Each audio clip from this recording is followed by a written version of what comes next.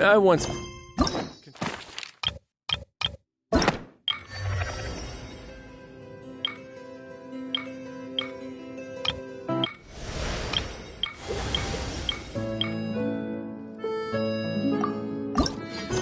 They're keeping some pets in my office.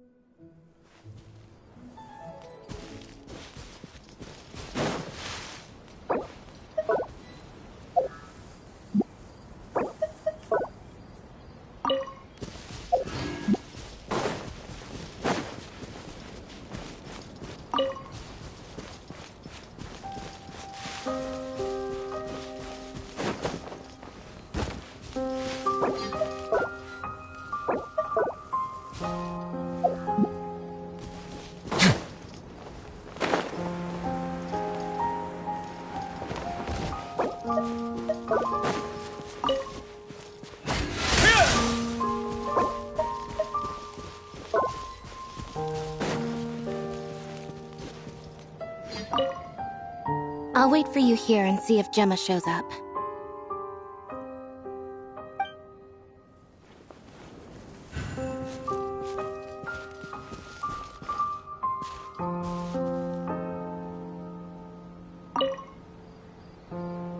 Excuse me, good sir. Do you by any chance know a Gemma? Gemma? You mean Caesar's fiancé? Sure I do. What's this about? I'm just trying to get a hold of her because I need her help with something. I heard she comes here a lot. Yeah, she does. Poor thing. It's no secret why, either. She's heartsick. Ever since Caesar passed away, she's been coming here once every week to clean his grave. Often, she just sits there in front of his headstone, lost in thought. Sometimes she talks to herself. I asked her what she was doing once. She said she wanted to speak to him again. She knows he's gone and can't hear her from the grave, but she just likes to spend time there, telling her fiancé all about how her life is going. And she's been doing this ever since Caesar passed away? Oh, so 10 years. Wow. Their love must have been really strong.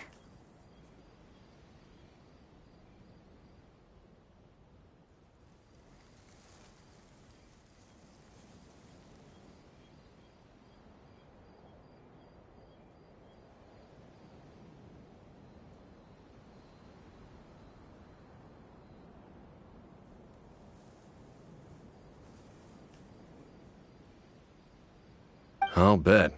Caesar's reputation fell apart after his identity was revealed, so no one else visits his grave. Gemma's the only one who still thinks about him after all these years. I don't know if the mind lives on in the waters after death, but if it does, I'm sure Caesar must be grateful to have someone who remembers him fondly. If I'm honest, I think this is all so unfair to poor Gemma. Her fiancé was a low-life crook. He doesn't deserve someone like her.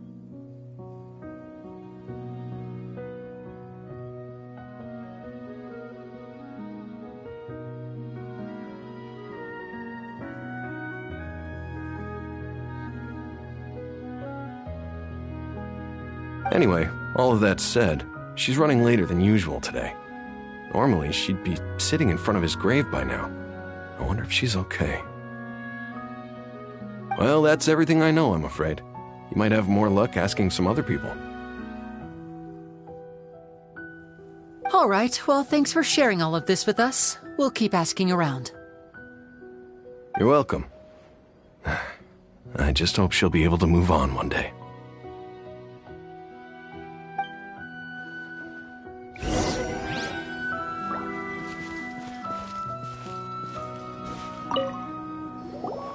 Did you hear the news? They're saying the Phantom Weasel's back. You're kidding. Wait, isn't he dead? I don't know anymore. All sorts of news flying around nowadays. I can never tell what's true and what isn't. But what if, just hypothetically, I mean, what if this Weasel's the real deal and Caesar was framed? Called it. Seriously, 10 years ago, on the day it all went down, I said to myself, you know what? This guy's been set up. The Caesar I knew was a good guy. He gave balloons to children on the street, for Pete's sake. What, are we supposed to believe that he was a balloon thief or something? Give me a break.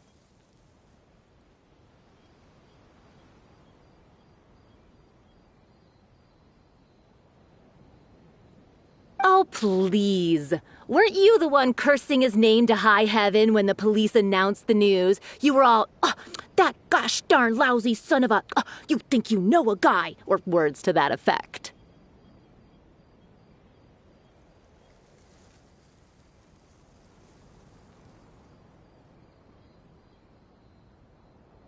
Wait, did I say that?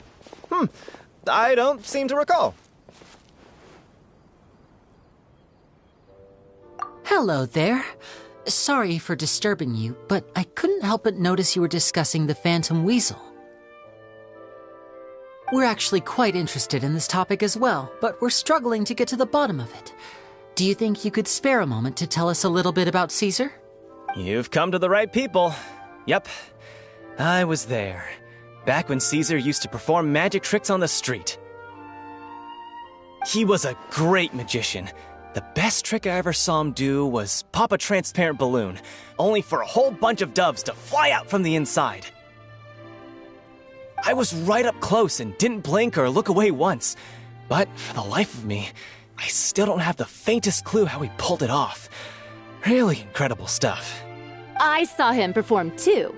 He always used to bring some gifts along for the kids who came to watch his show, and he'd hand them out after he was done.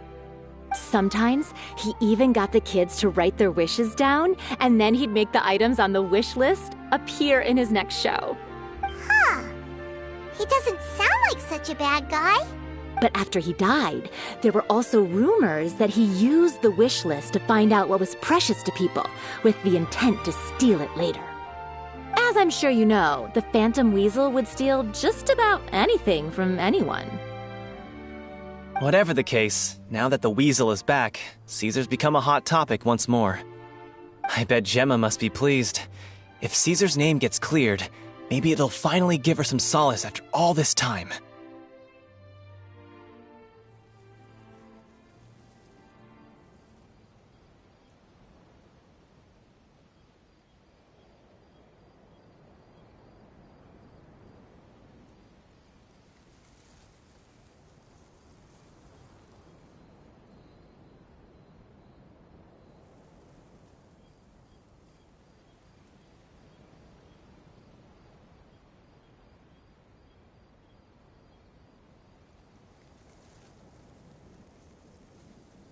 Oh, speak of the devil.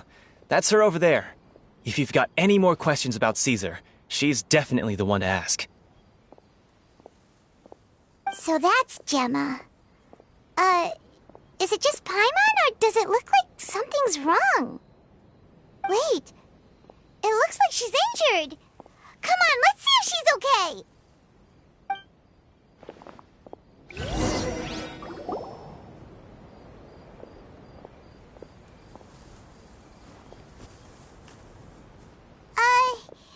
Hi there. You're Gemma, right?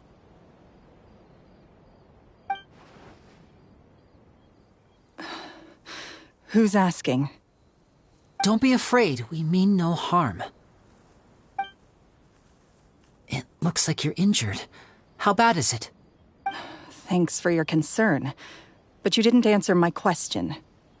Who are you, and what do you want with me?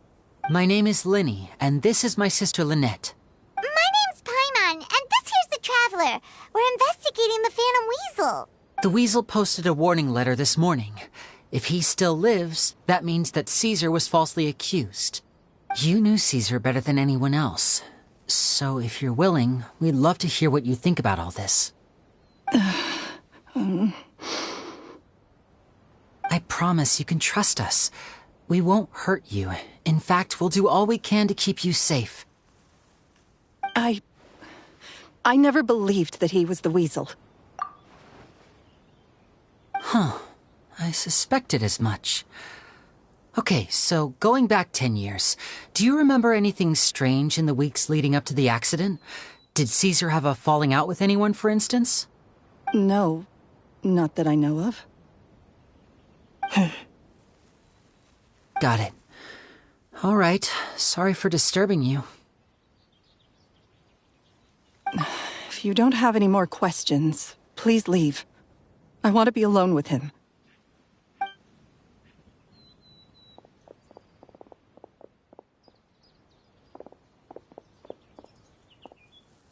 Judging by the look on her face, there's definitely something fishy about her. She's lying. She definitely knows something. That's fair. We're just a bunch of strangers who showed up and started questioning her about things that happened a whole decade ago. It makes sense that she'd be wary around us. In any case, I doubt we'll get any further here, so let's call it a day. Meet me outside Hotel de Boer tomorrow, and then we'll start the next step of our plan.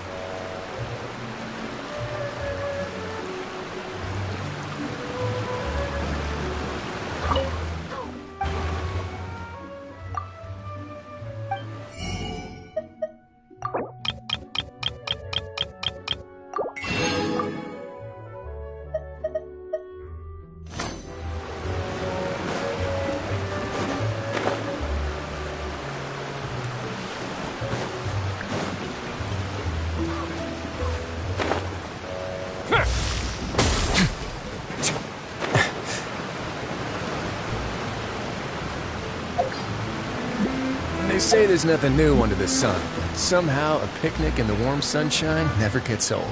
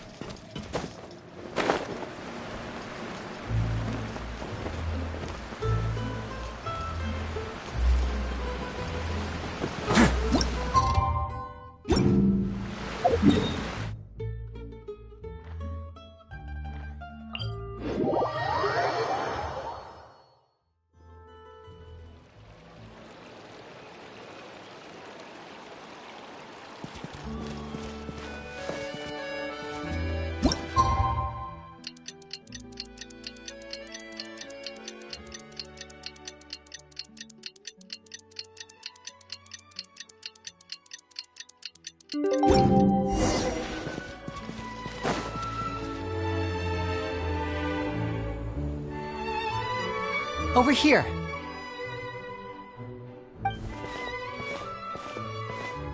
Lynette's not joining us today? I've had her follow Gemma and see if we can make any inroads with her. They should be at a cafe right now. Still, I don't think that Gemma's likely to open up to us. So, we need a contingency plan.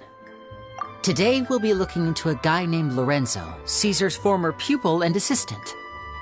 When Caesar passed away, all the stolen goods discovered in his home were confiscated and returned to their rightful owners. But Lorenzo was the only one privy to all his magic secrets, and he inherited his craft. Before long, Lorenzo was the next big magician in town, his fame surpassing even that of his master, and it made him very wealthy. He's since left the magic scene, though, and these days, he's a wealthy businessman with his fingers in a lot of different pies. I had to pull a lot of strings, but I managed to get him to agree to a couple of drinks with me. Be warned, though, I hear he's got a hair-triggered temper. We'd best be careful.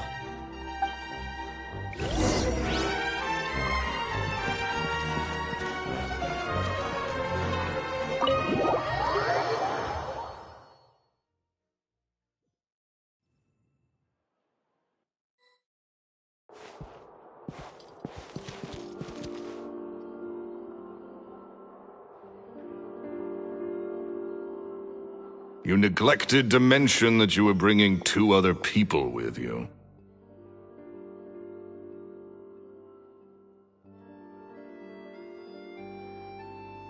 My apologies. These 2 are my assistants. When they heard that I was meeting with the former magic maestro himself, they begged and pleaded with me to bring them along. And if it's no trouble, a couple of autographs would really make their day. Oh, forget the pleasantries, just sit.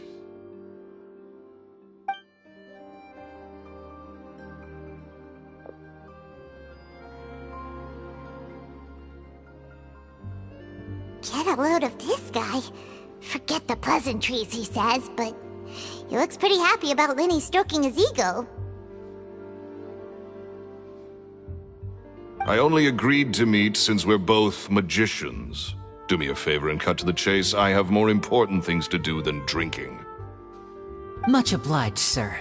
As it happens, the matter I want to address is also related to magic. Yesterday morning, a warning letter from the Phantom Weasel appeared on the entrance to the Opera House. He claims to be planning something for the same evening that I'm scheduled to do a magic show there. As such, I believe that I may well be his target. I have to get to the bottom of this to ensure that my show can go ahead as planned.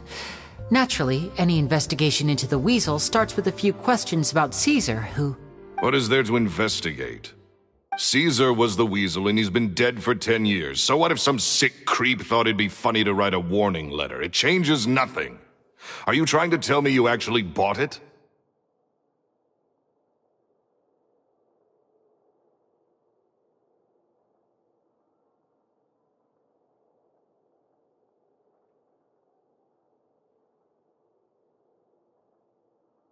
Please, sir, no need to get so worked up. I do concede that a copycat is but one possibility. Possibility? It's a fact, Linny. Look, my patience is limited, so listen carefully while I'm still willing to put up with you. The Weasel is dead. Period. Everyone knows that, so do yourself a favor and quit this investigation. It'll lead you nowhere. Look, if this affects your magic show in any way, I will personally compensate you for any losses. Oh, sir, I'm honored, really. But this isn't about finances for me. My pride as a magician is what's at stake here, Lorenzo. Copycat or not, this person has thrown me the gauntlet, and I must meet their challenge head on. Your pride? Don't mince words with me, boy. Just tell me, what exactly are you seeking to do? I want to find out the Phantom Weasel's true identity. I have to know for myself what really happened 10 years ago. What would that accomplish? And what do the events of 10 years ago have to do with you, anyway? Look, you of all people should know that a magician never reveals their secrets. And in any case, dead men don't talk. So if you really care about your magician's pride, then you'll forget about Caesar and move on. Uh-oh. This is getting awkward. Lorenzo? Is that? Oh, it is you! I know that big, booming voice anywhere. What's up, my man? Wanna grab a drink with me?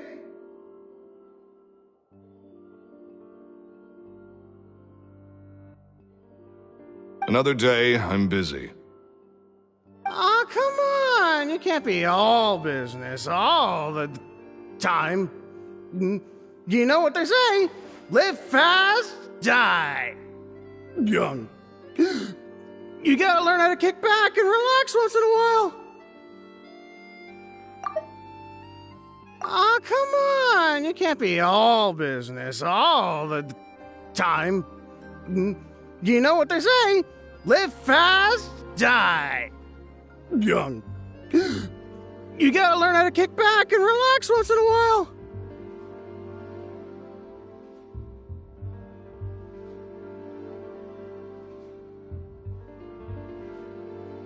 If I wanted your life advice, I'd ask for it. Now get out of my face and go be drunk somewhere else.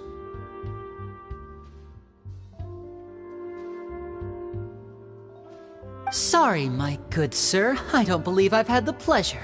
Oh, hey! Edmondo. He and I are business pals. We worked together a bunch of times. This is your first time meeting him? Oh, he's always like this. Foul-mouthed and hard-nosed. Never heard a kind word out of this guy the whole time I've known him. And he wonders why he can't get a girlfriend, despite being, what, pushing 40, 30, something? Anyway, point is, a lot older than when he first got rejected by the girl he was into. And he's still into, from what I hear.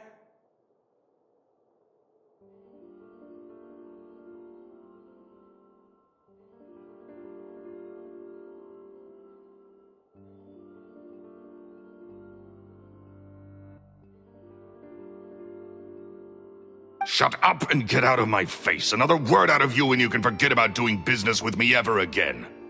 Do I make myself clear?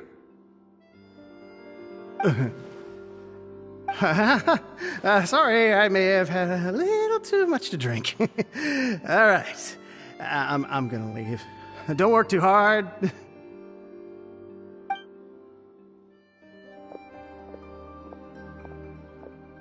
I think it's high time I made a move as well.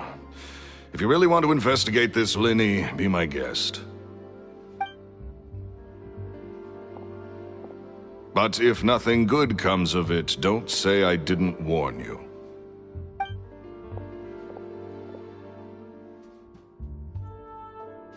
Well, that fell to pieces in a rather spectacular fashion.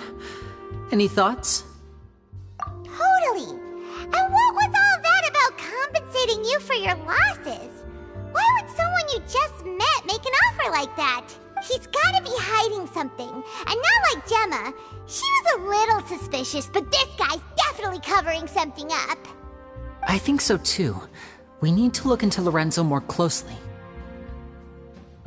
That guy Edmondo seems to know a thing or two about him. He only just left. Let's see if we can catch up with him.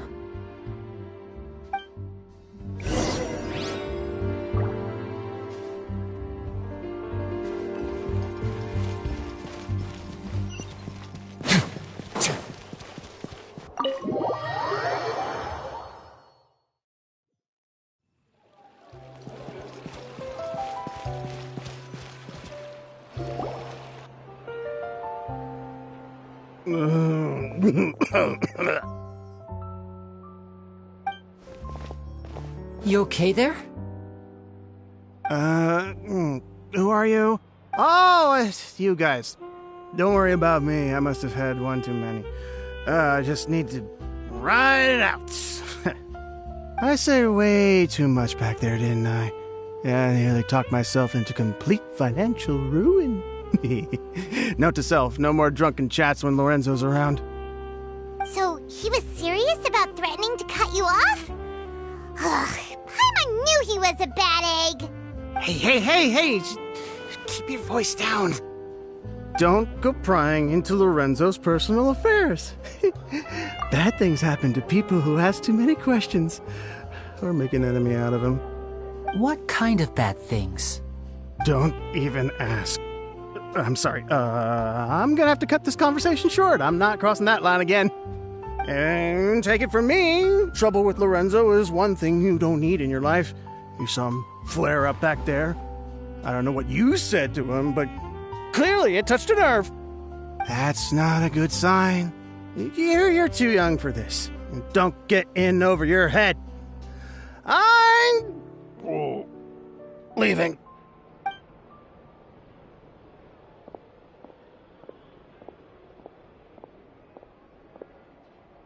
And there he goes.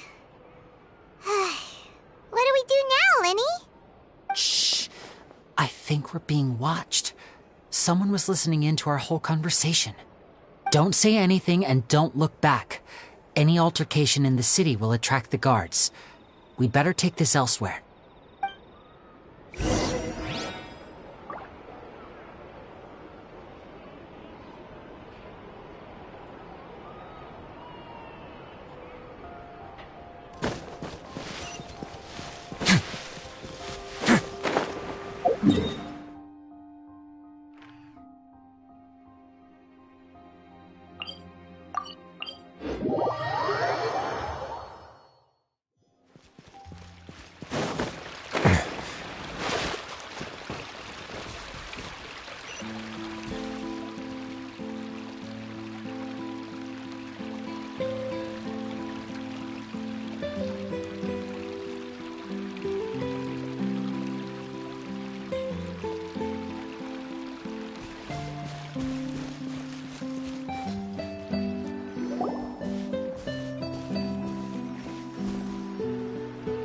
You followed us a long way. Why don't you come out and introduce yourselves? So you're Lenny. And where's your sister? Ain't she with you today?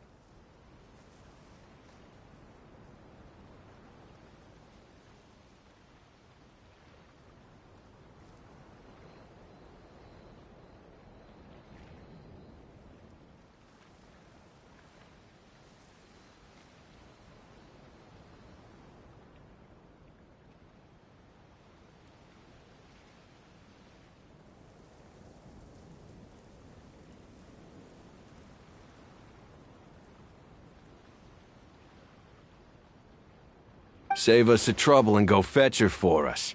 Let's not drag this out. Paimon doesn't like the tone of your voice, mister! Who sent you, huh? Save your questions, missy. You ain't gonna need answers where you're going. Capiche?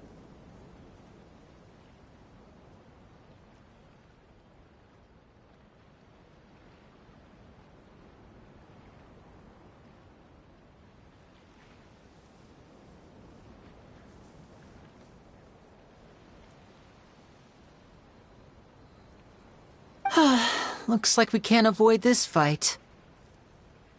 Now, I'm not the strongest fighter, so I hope you're ready to back me up.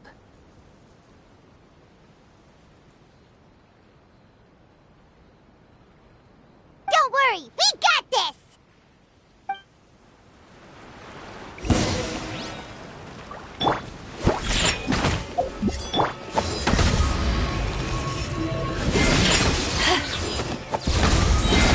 Eyes on me! Way now. Have a safe trip. Curses. They're tougher than we thought. Vision wielders are always trouble. Intimidation ain't gonna work like it did on the lady. Come on, let's scram! Hey, wise guys! We ain't through with you yet! Oh, they got away! Did you catch what they said just before they left? Something about intimidating someone else.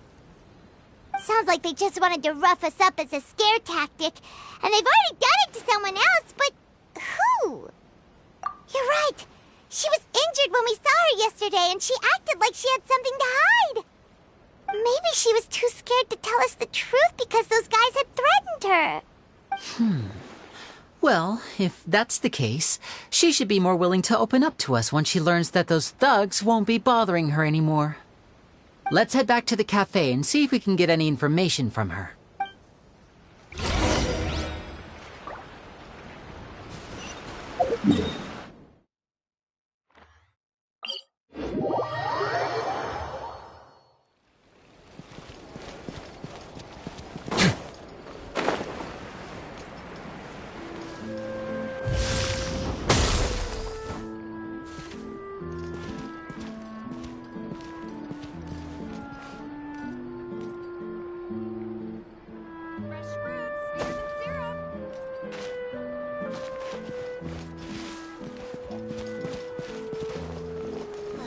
The tea here just keeps getting more bitter. This coffee smells as good as ever.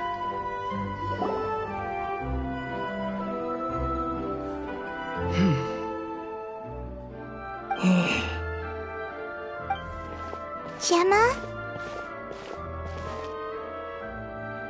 You again. What is it this time? We just ran into the men who've been threatening you, and we gave them a taste of their own medicine.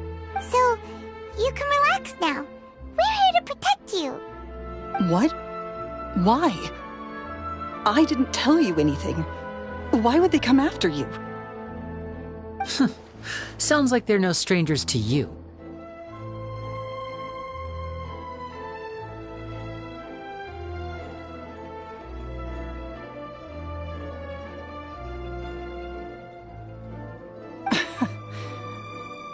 That's putting it mildly. I know them all too well, and I hate them with every fiber of my being. It's been 10 long years, and still every time I try to look into Caesar's death, they show up and warn me not to do anything stupid.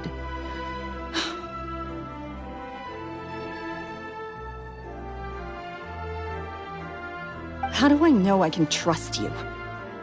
Do you really think you can get to the bottom of it all? And why are you doing this?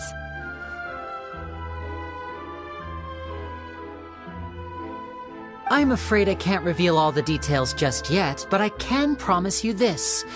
I will expose the Phantom Weasel's true identity. Because you see, this is a personal matter of the utmost importance. I give you my word. Trust me.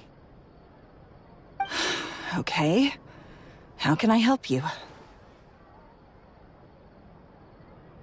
I've heard that Caesar used to have a magic workshop where he kept a lot of his personal effects. If possible, I'd like to take a look at them.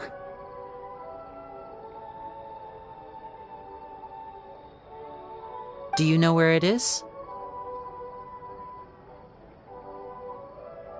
The Fleuve Sonde. But the place was sealed up by the police after his death, and no one's been there since. I also know that the Fleuve Sonde is dangerous territory. Lots of hostile groups lurking around. If you're serious about going there, please be careful. Understood. Lynette, you stay here and take care of Gemma. Don't let her come to harm. Got it. But if I'm staying here, I'm ordering dessert.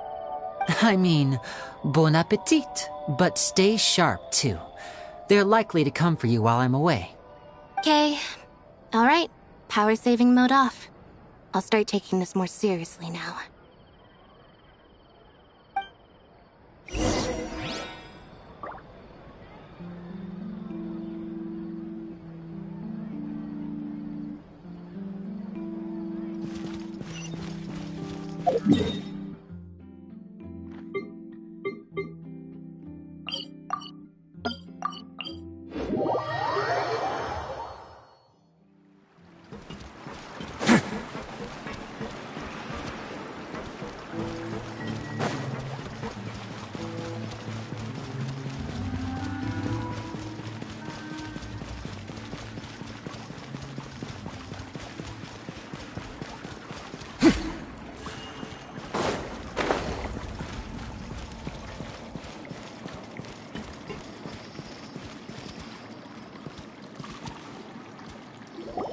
If Gemma gave us the right location, then the workshop should be right nearby.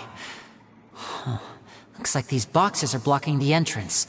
Let's shift them away first. There we go. It should be just down here.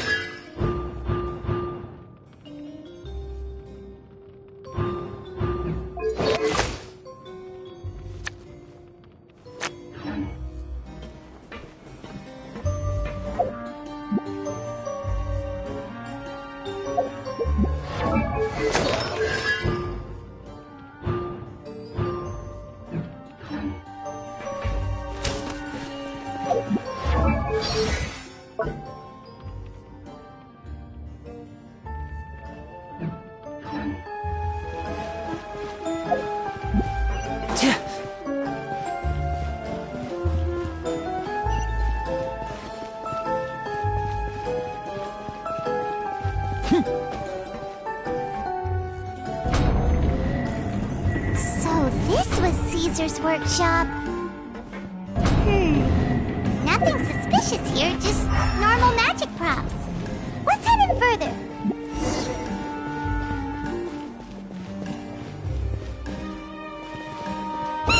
What was that?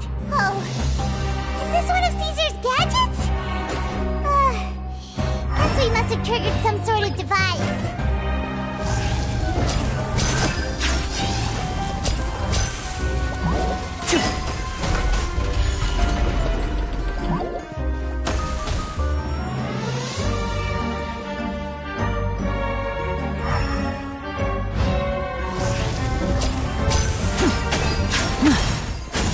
Right up.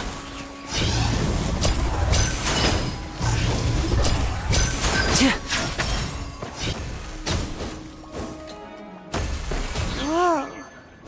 Look. The doll in the box is glowing.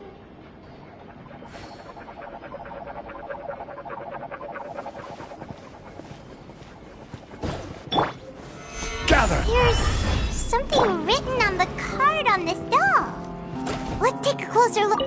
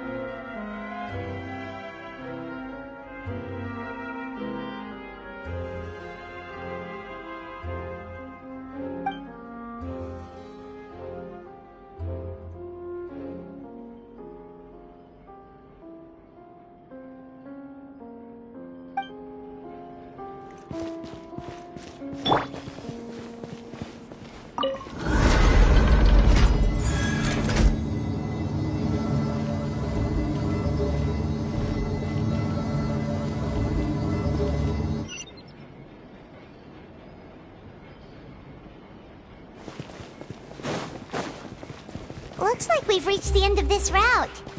Shall we try a different one?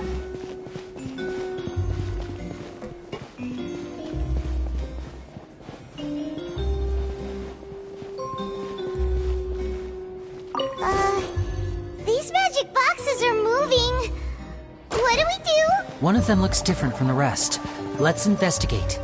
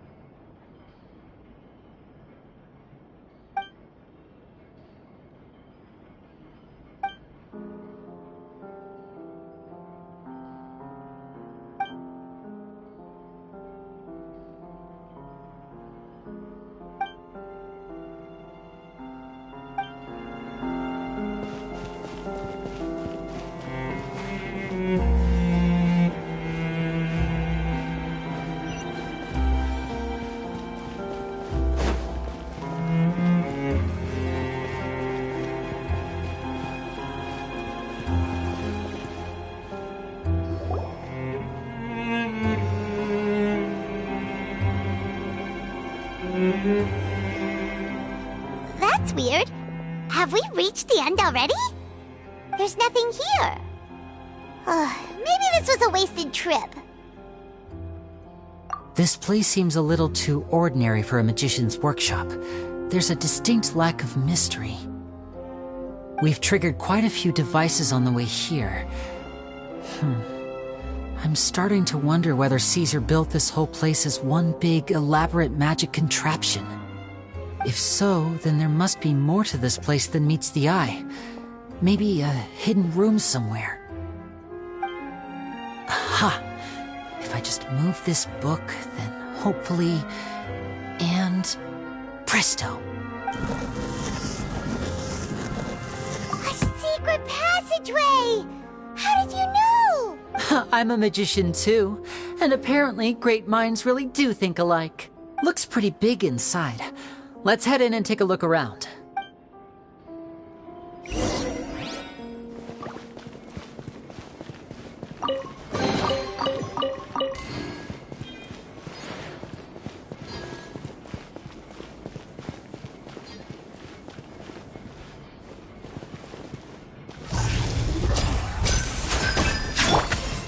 Stabilize!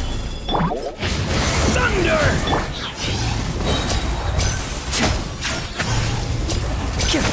Now disappear!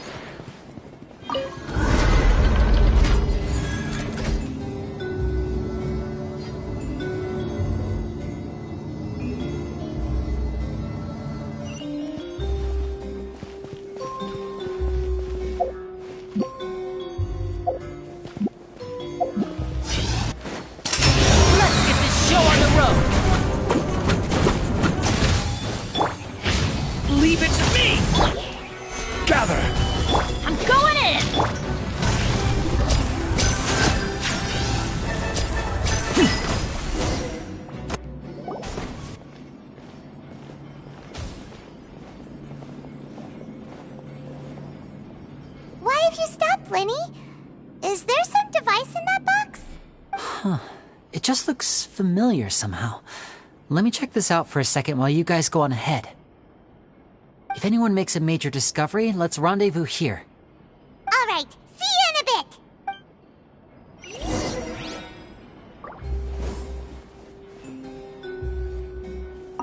The placement of this device inside.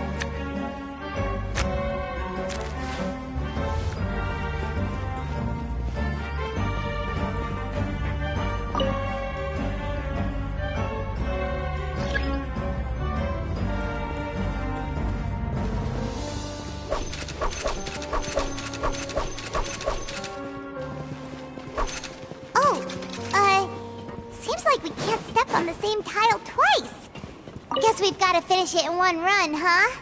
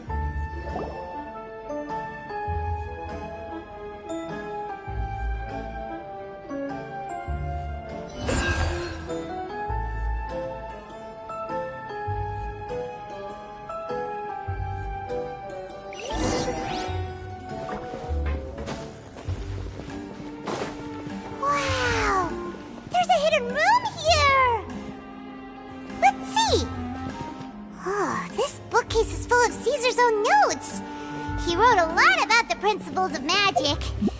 Whew. Much too advanced for Paimon. Hey, look! Is that Caesar's diary on the table?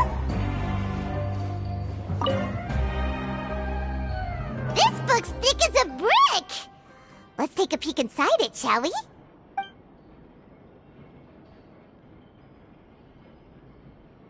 At one of my shows a few days ago, a child asked me how I pulled candy out of my hat. As a joke, I told the kid that the hat has a built-in wish-granting machine. Next thing I know, today a whole bunch of kids were pestering me to pull all sorts of things out of the hat.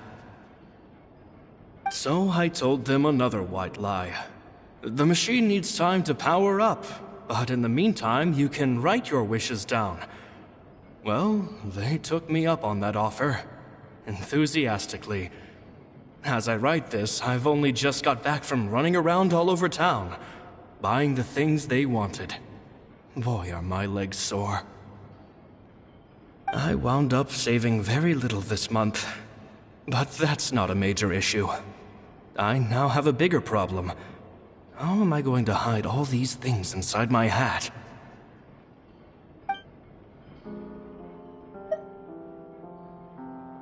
Two children came to talk to me after today's show. I don't know why they were out on their own. They looked much too young to be unsupervised.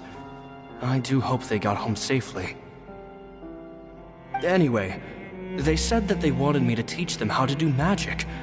It's not uncommon for children to ask this, of course, but I've never seen any of them as serious about it as these two.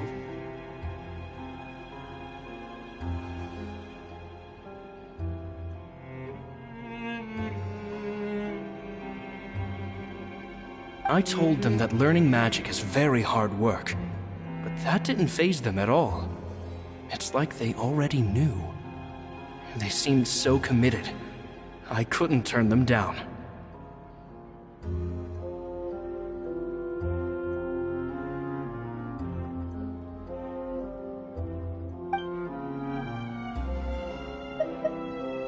It seems like something's bothering Lorenzo lately, but he won't open up to me about it. Surely he's not upset that I agreed to teach those two children. I'll have to talk him around. I have a good feeling about those kids. They're naturally talented, and it seems like they're not new to the world of magic. They have all sorts of fantastic ideas. All I'm really doing is helping them develop a more professional standard training plan.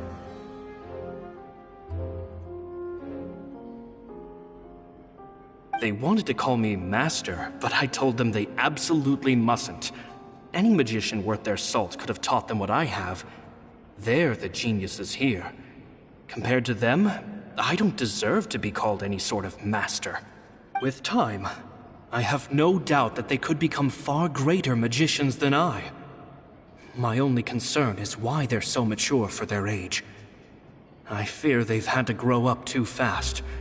I don't dare to imagine what they must have been through. Gemma thinks so too.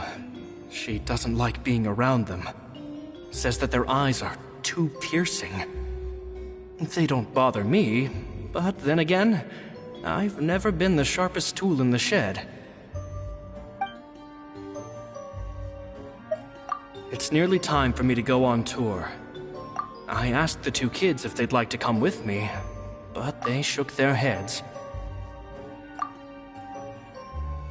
I once overheard them talking about their father and their mission. Sounds like their parents have other plans for them. I guess we'll be parting ways soon.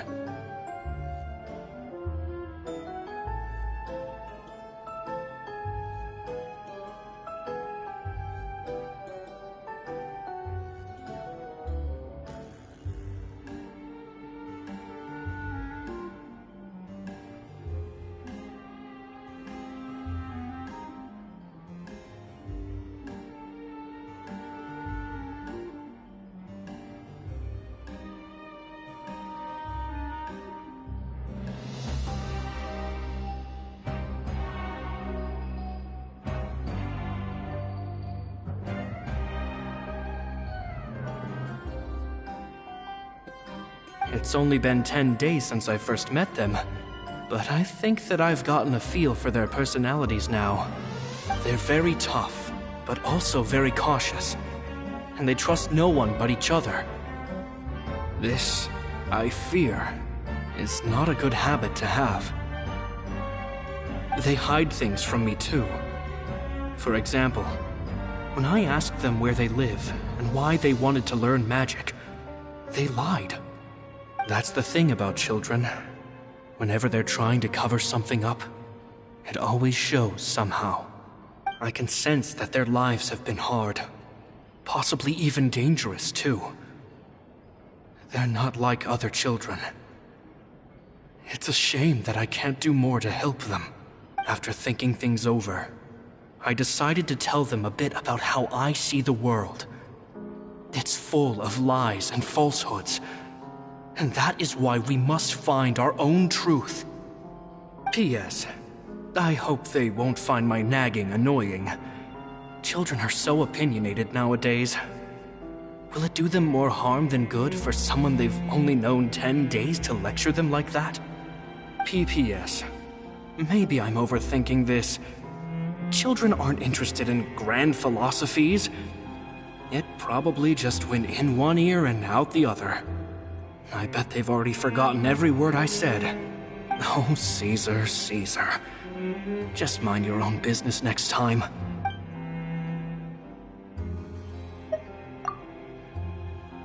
Two magic geniuses with a father and a mission, huh? Sounds a lot like he was writing about Linny and Lynette, don't you think? So did they meet Caesar when they were kids? Let's go ask Linny!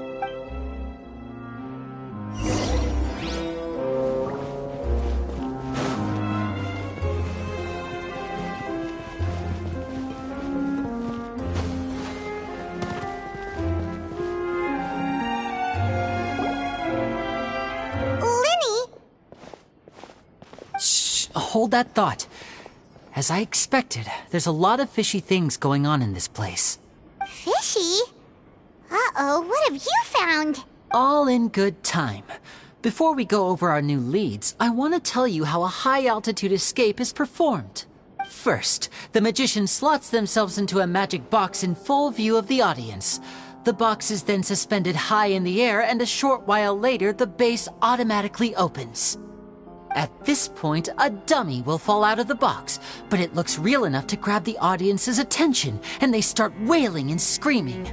Meanwhile, the real magician, who has by now blended into the crowd, waits for a good moment to make their appearance and put on a hysterical performance. Oh no! Is that me? Did I just fall to my death? Very vivid description. Paimon can really picture it. And then what? The audience's gaze then turns to the magician, and by the time they realize what's happened, the dummy has vanished, as if everything that just happened was some sort of shared illusion. Of course, that's just how I think the process should work, theoretically speaking. The inventor of this trick never performed it successfully. When the box opened, Caesar was the one who fell out, and not the dummy. He fell right to the ground from the highest point of the opera house. No one could hope to survive that fall, not without a vision at least. And no one else has ever attempted this trick since. My understanding of how it works is just based on what I could gather from his notes and the relevant gadgets here in his workshop. So Caesar's famous high-altitude escape has never been done, huh? Paimon was about to say how cool it would have been to see it in person, but if it's that dangerous, it's probably for the best that no one else tries to do it.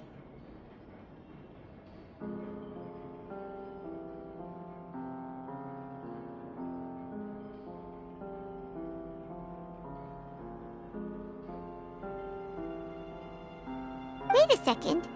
So if a dummy's supposed to drop out of the box, then where does the real magician go? How does he get out? Glad you asked. That brings us to the secret of said box. This box right here is the one that Caesar constructed himself to use in the performance, and it's not as simple as it looks. Inside, there's a device that only the magician himself would know about.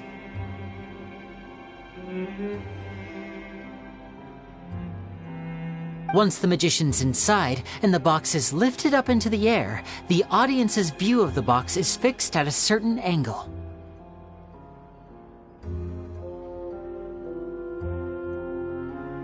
From where they're standing, they have a clear view of the front, sides, and bottom, but the back and the top are now no longer visible.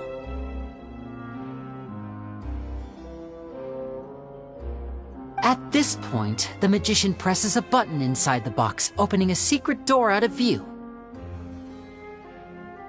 He then escapes through this trapdoor onto the opera house roof, waits for the dummy to fall and distract the audience, and quietly returns to ground level.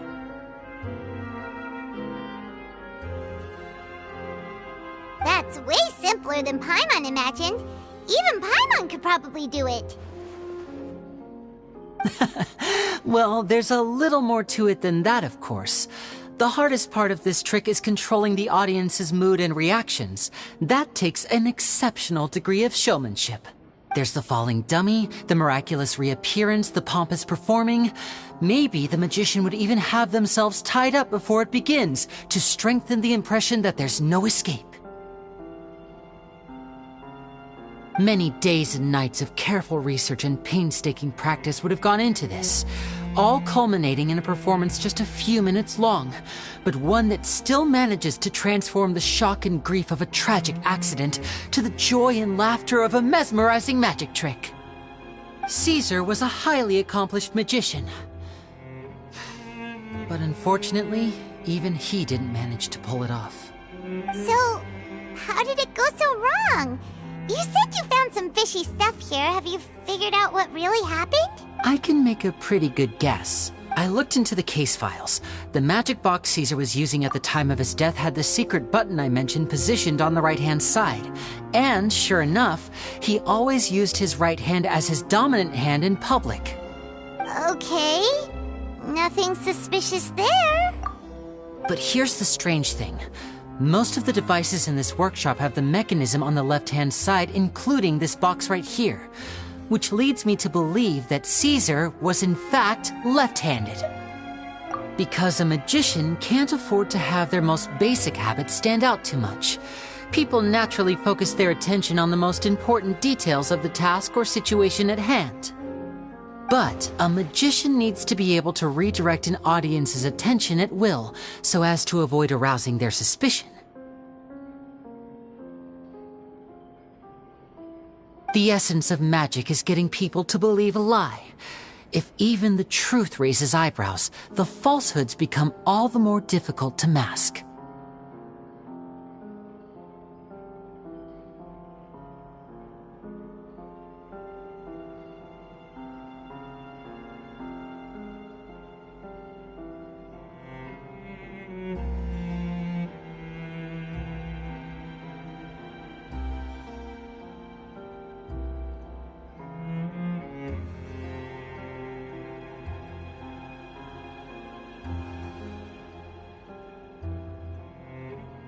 And so, Caesar trained himself to use his right hand to align with his audience's expectations. Great magic always requires sacrifices.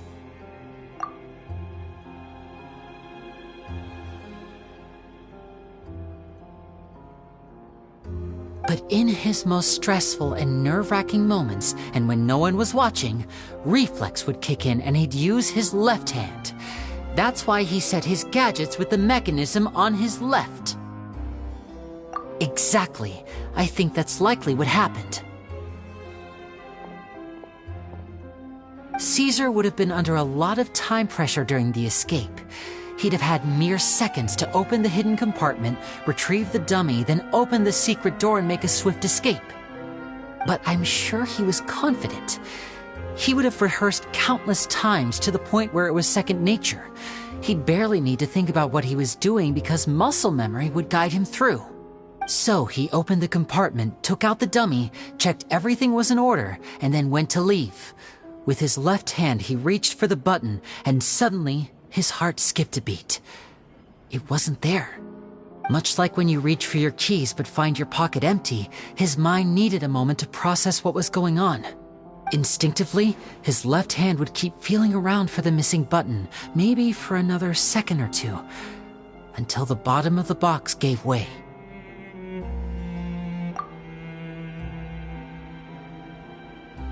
With the stakes being as high as they were, just a 2-second delay cost him everything. The authorities would find nothing suspicious and conclude that his death was due to his own error. When in reality, someone switched the boxes, and they did it to murder him. But how would they be able to make the switch without being noticed? That would be difficult to pull off, no? It would have to have been someone who knew that he was left-handed, and who could move his props around without arousing suspicion. Someone who was always by his side. Isn't that right, Lorenzo? You just couldn't let sleeping dogs lie, could you? There's not a lot of people who'd go to all this trouble for some magician who died 10 years ago. I didn't want to have to do this, you know. Silencing you the hard way just creates more problems for me to deal with. But I gave you your chance. I hoped you'd do what's good for you and back off like the lady, but you disappoint me. You mean Gemma? So you are the one who's been threatening her! Yes, although however stubborn she might be, she was never much of a liability. But you people, you never even knew him, but for some reason you just wouldn't drop it. Which is why you can't leave this place alive. Take them out, and make it quick. Do your worst!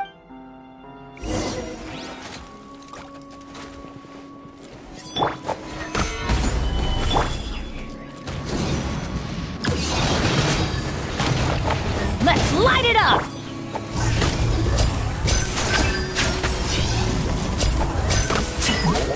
And voila!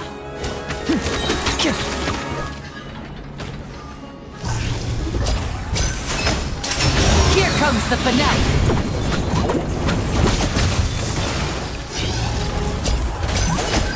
Now disappear!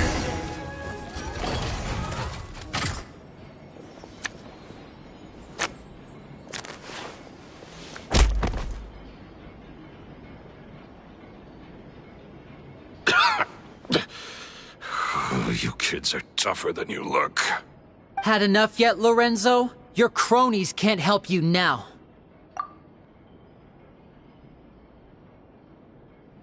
I think it's high time you started talking, and what I'd really like to know is, why did you murder Caesar? If I had a Mora for every time you said that man's name. Of course you idolized Caesar, everyone else did. But I was the real genius magician. Me! He was just an amateur who did cheap tricks for gullible children. I was the one who made magic into the fine art it is today. The aristocrats doffed their hats to me! So it was jealousy.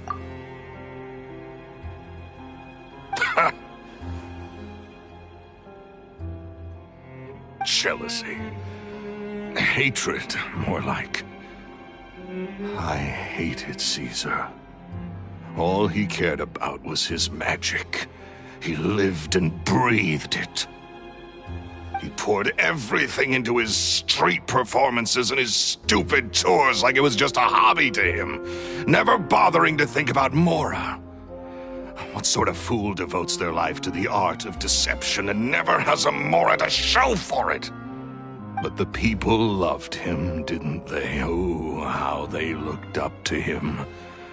No one gave me a second look. All I ever heard was, "Oh, your master's amazing, isn't he?" Amazing? Yeah, so amazing that he was completely broke. Every other apprentice was living it up at their master's expense, but no, not me. I put in all the work, mastered all the skills, and it brought me nothing more than the life I already had. He forbade me from using magic to trick people out of their Mora. There was nothing he hated more than that. And with his reputation in Fontaine, it was too risky for me to go it alone. As long as he was alive, if I dabbled in my own brand of money-making magic, he would expose me, and it would destroy me. I had to kill him. There was no other way. He had to go.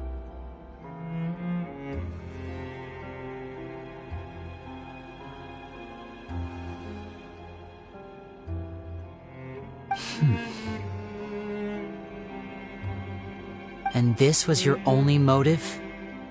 It was reason enough. What other motive would I need?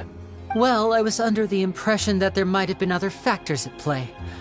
For instance, maybe you were in love with Gemma, but she was engaged to Caesar. In love with Gemma? Don't be ridiculous. Guess I was wrong about that then. Next question.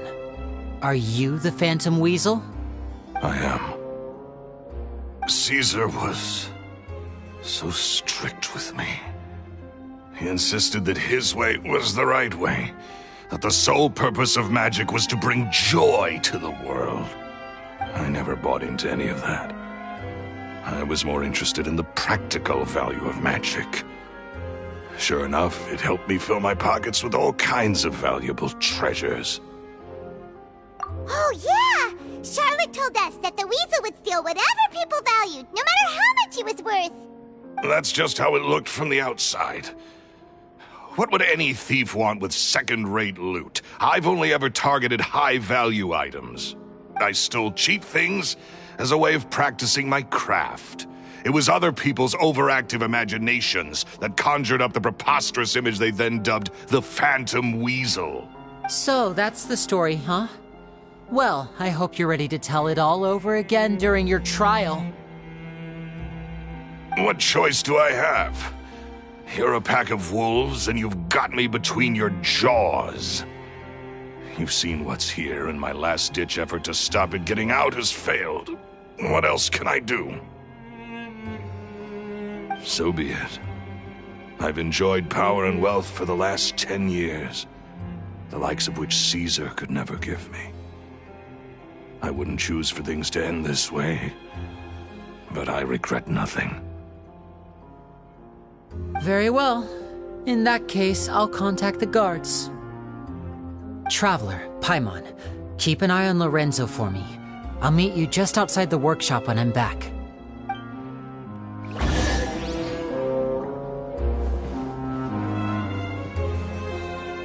At least I can finally stop looking over my shoulder now.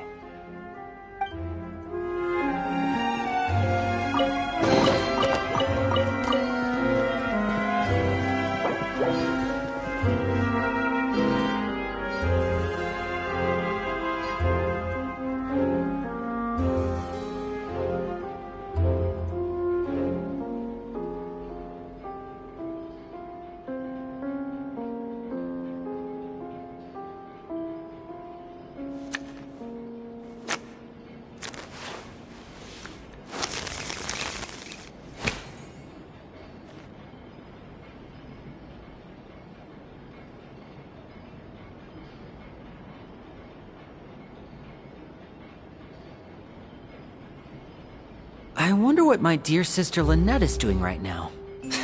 Missing me to death, I'm sure.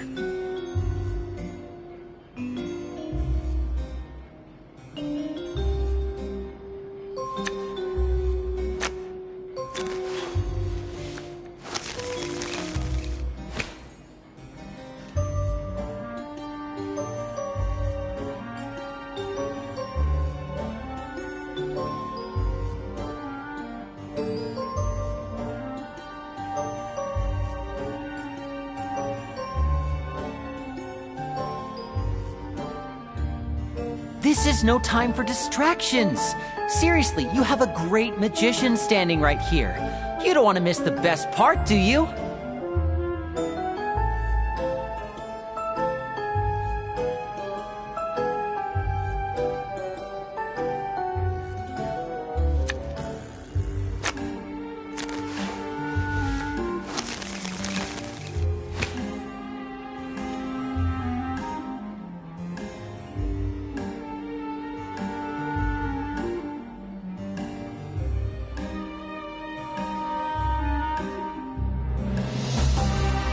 I wonder what my dear sister Lynette is doing right now.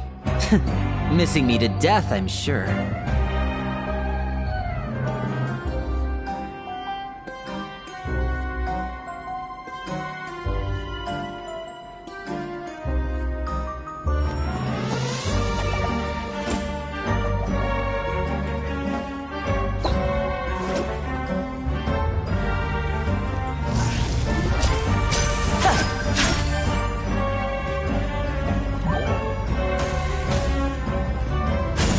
Voila!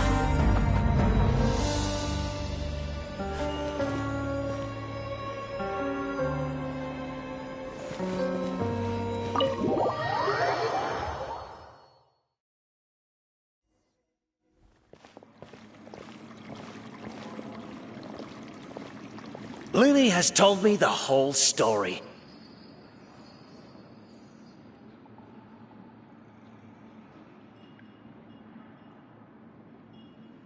Lorenzo, do you confess to the murder of Caesar and to framing him for the Phantom Weasel's crimes?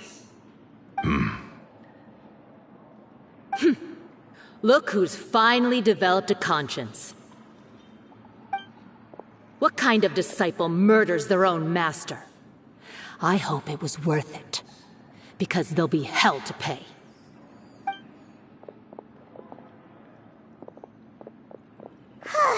Looks like it's all over. What should we do next, Lenny? Should we start preparing for your show? Let me think. Let's rendezvous with Lynette and Gemma first. With Lorenzo in custody, Gemma will no longer have to fear for her safety. Good point. We should go tell Gemma the good news right away. It'll give her some peace of mind for sure.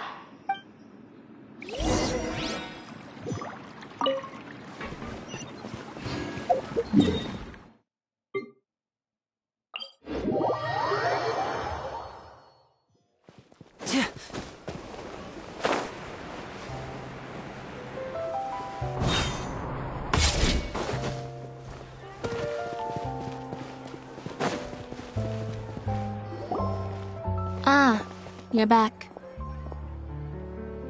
You were so quick. I've only just finished my third dessert. Your third? Lynette, come on, we've talked about this. Everything in moderation. You're not gonna have any room left for dinner now. It's fine. I'll shift to exercise mode and jog off the excess sugar. That's besides the point. Well, it's done now, but try to eat a more balanced diet in the future. Point taken. Did everything go okay? Of course!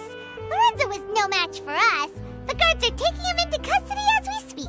Gosh, that's amazing. I'm sorry, I still didn't know if I could trust you, but now it seems I can.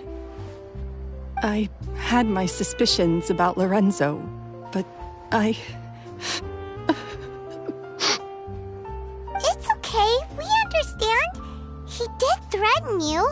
Paimon would find it hard to trust strangers in your position too. But you don't need to be scared anymore. Everything's gonna be okay. Sorry. My emotions are all over the place right now. I've been waiting for this day to come for so long. I always wanted to report Lorenzo. He took all of Caesar's property, which I found suspicious, but I had people watching me all the time, so I couldn't risk looking into it. I was so afraid. I was scared he'd do something terrible to me, and then no one would be left to visit Caesar's grave. So I never had the courage to speak out. Thank you all. Truly. Thank you so much.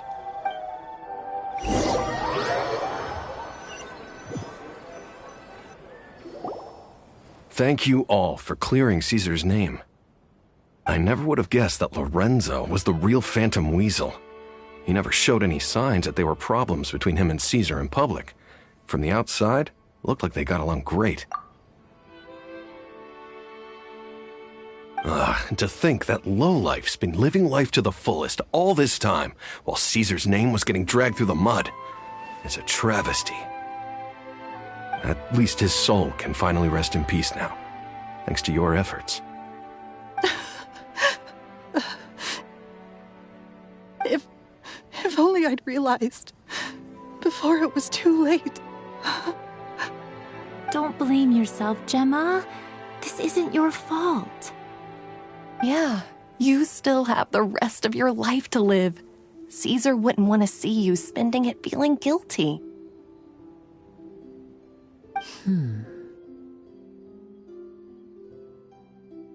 Cheer up, Gemma. My brother's doing a magic show at the Opera House tomorrow evening. Would you like to come along? It might raise your spirits. This show will be a special one. We're holding it in Caesar's honor. In Caesar's honor? Really? Oh, thank you. I'll be there. Great. We'll see you tomorrow evening. Traveler, Paimon, don't be late.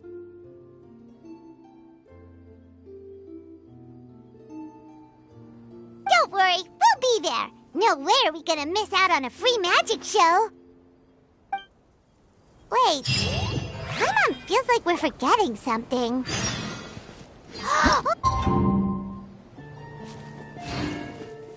Lenny changed the topic back in the workshop, so we didn't get a chance to bring it up. Oh well, guess we'll just have to ask Lenny tomorrow evening.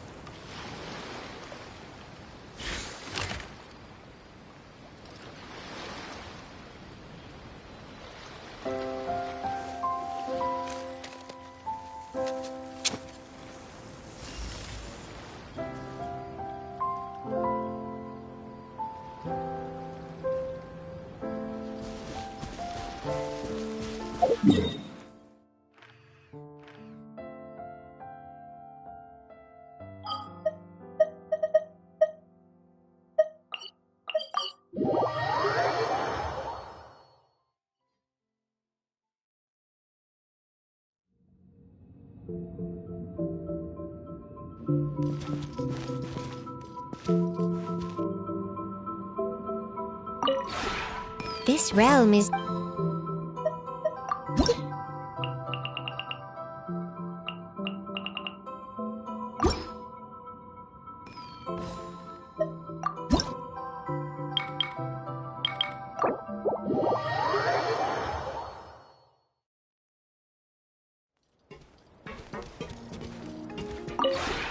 This realm is...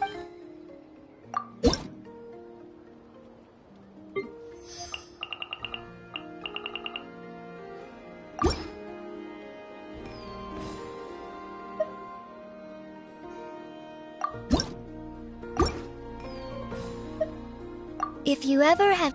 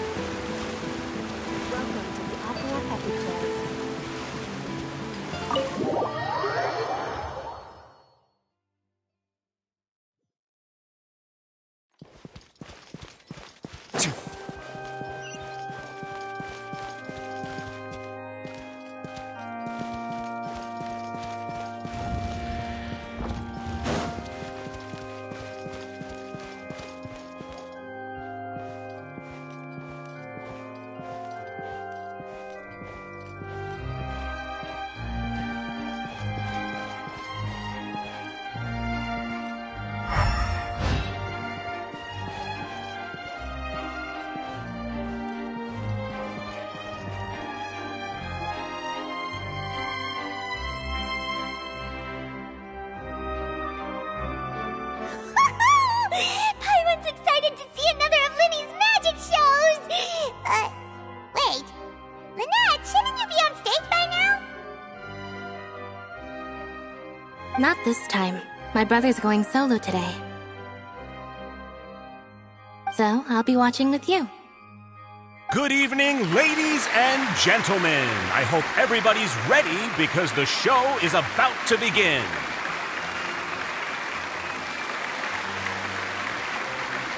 The great magician Linny has prepared a spectacular show for us all tonight, concluding with an all-new grand finale that no audience has ever seen before. Wow! A new trick! Thank you all so much for coming. Now, prepare to join me on a journey through the mystical and miraculous.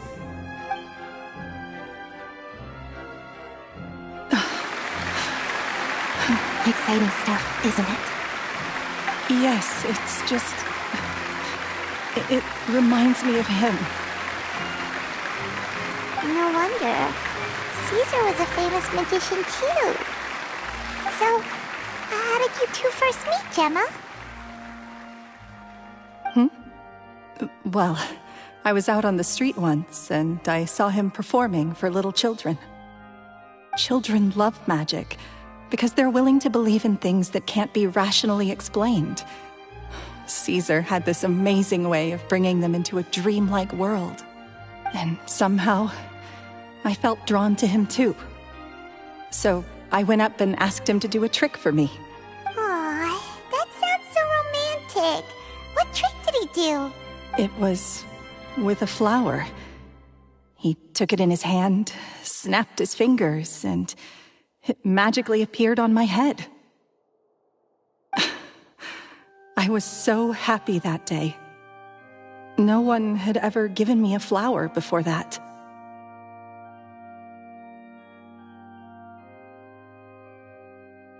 Oh, that's so cute! Actually, now that you mention it, Lenny's done that one before. Is that right? Then I suppose he's a romantic at heart, just like Caesar. So let's treasure the time we have with him. After all, you never know when the people dearest to you might be gone. That's right. It's all over now.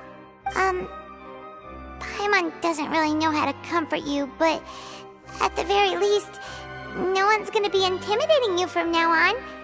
You can breathe easy at last, right? Right. Yes, you can breathe easy now, Phantom Weasel. See? Even Lynette says... Wait, what?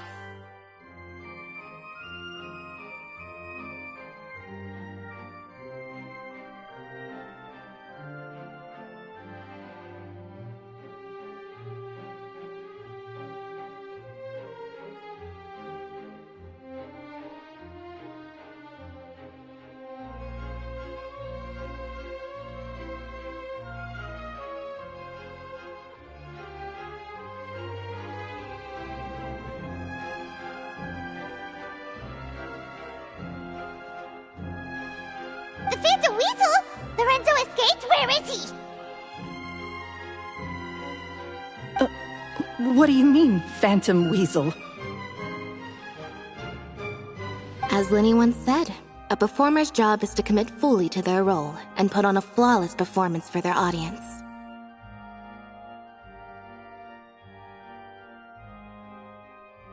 But once the bag of tricks is empty and the curtain falls, it's time to end the show.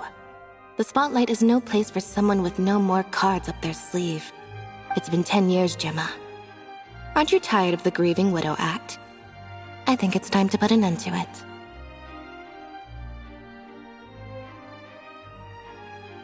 What are you talking about? Paimon doesn't like this riddle. Traveler, Paimon doesn't like where this is going. Come on, say something!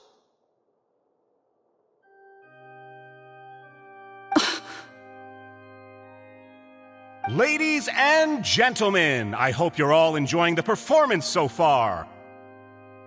There will now be a brief intermission, after which Linny will perform the most electrifying act of tonight's show, the one we've all been waiting for. The final performance will take place outside of the Opera House, so please make your way outside in a calm and orderly fashion.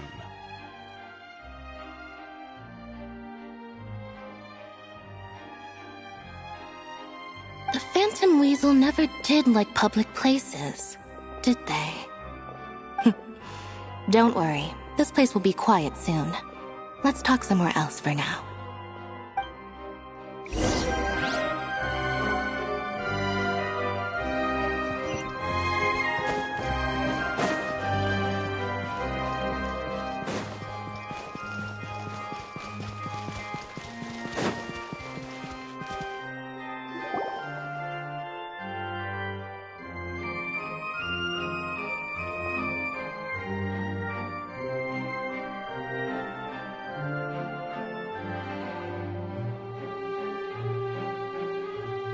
Dear me, this is awkward, isn't it? And unfortunately, I'm all out of gadgets, so I'm afraid I can't do any tricks to liven up the mood. This is a big mistake for a magician to make, but thankfully I do have a backup plan. Now, who wants to hear a story? Lenny? Don't we have more important things to address right now? Lynette accused Gemma of being the real Phantom Weasel a moment ago. Oh, what the heck's going on? All in good time. Magicians are good at guessing what people are thinking. I know the questions you want to ask. And as it happens, the story I'm about to tell might answer a few of them. Really? Well then, let's hear it! Paimon's dying of curiosity here! Let's go back to the very beginning. A decade ago, when the Phantom Weasel was terrorizing the court of Fontaine. She never missed a target, never left a trace, and no treasure was safe from her thieving hands. But as her infamy grew, so did the readiness of the police, and her opportunities to act became ever fewer. Every day, she ran the risk of being exposed for who she was. Of course, she could not simply take this lying down, and before long, she found her ticket to freedom. She would create a scapegoat, a false weasel to close the chapter on her behalf. After weighing her options, she set her sights on a renowned magician, Caesar. After all, magic and theft shared enough similarities for people to buy the story when the truth came out. So then what? Being the master deceiver she was, the weasel easily earned Caesar's trust. Now all that remained was to frame him for her countless crimes.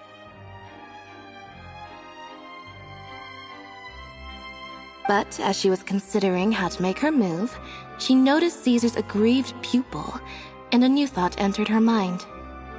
Maybe I don't need to get my hands dirty after all. At her encouragement, Lorenzo tampered with Caesar's magic box, causing him to fall to his death.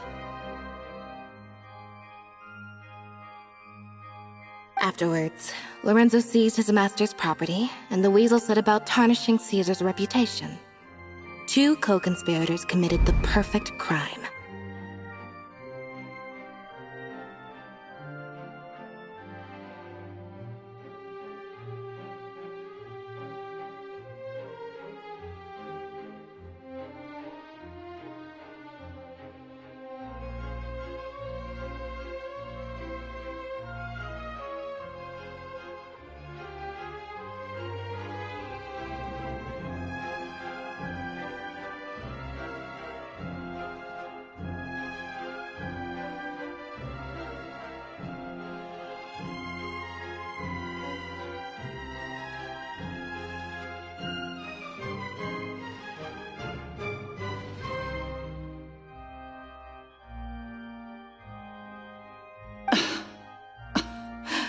I've got to hand it to you. You're both exceptional storytellers. It's enough to make even me wonder whether there was really another mastermind behind all this, pulling the strings. But I just have one question. You seem to think that I am the villain in this tale. What's brought this on, Linny? Is it something that Lorenzo said? Don't worry, Lorenzo said nothing at all. But I never believed that he was the weasel, and in fact, my investigation only made me more certain of that. He was too forthcoming with his confession, as if there was something else he was trying to hide. How disappointing.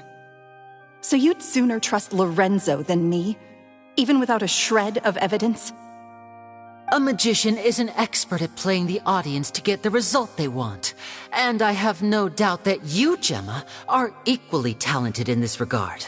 With a little help from Lorenzo, you put on a very convincing performance.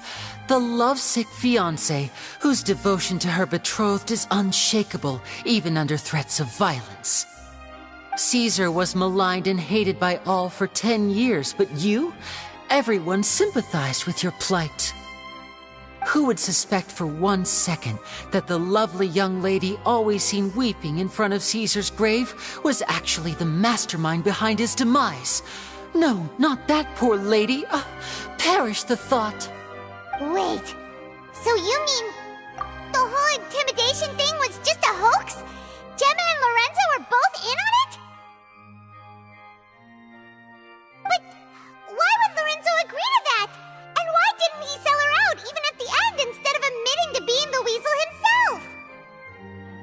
Yes, why indeed? Maybe Gemma herself could enlighten us on that question. Well, Linny, if you're so confident in your version of events, then I think the answer should be obvious. Having killed Caesar with his own hands, Lorenzo was plagued by overwhelming guilt. Revealing the Phantom Weasel's true identity would serve no purpose. But if the Weasel remained free, then she could take care of Lorenzo's loved ones. An excellent answer, though sadly a little dull. Is that right?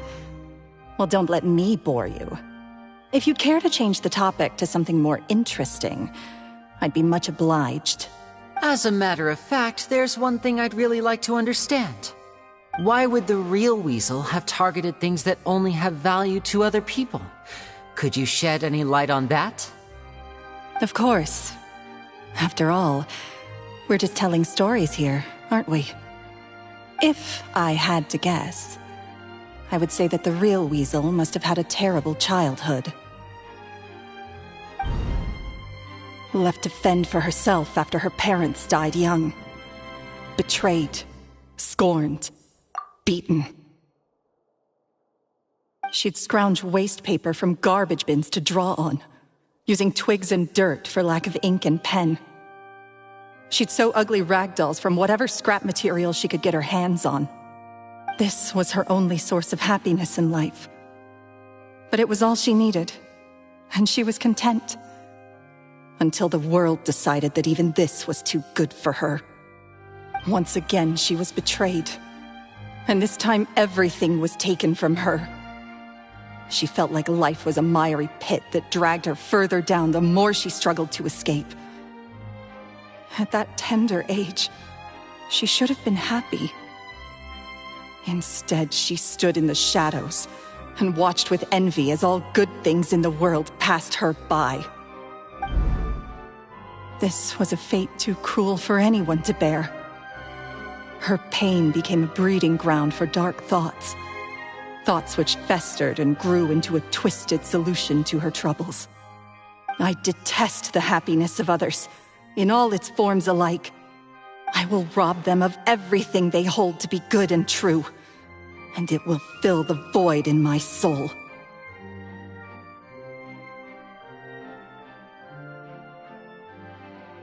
That's some pretty heavy stuff.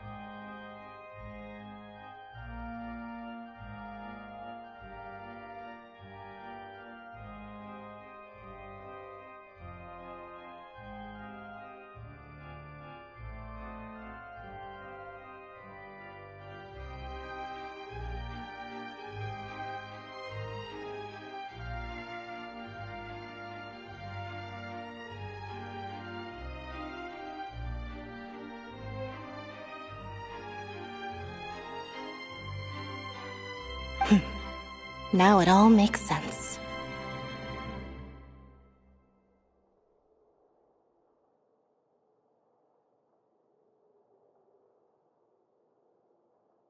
Does this story satisfy you, Linny?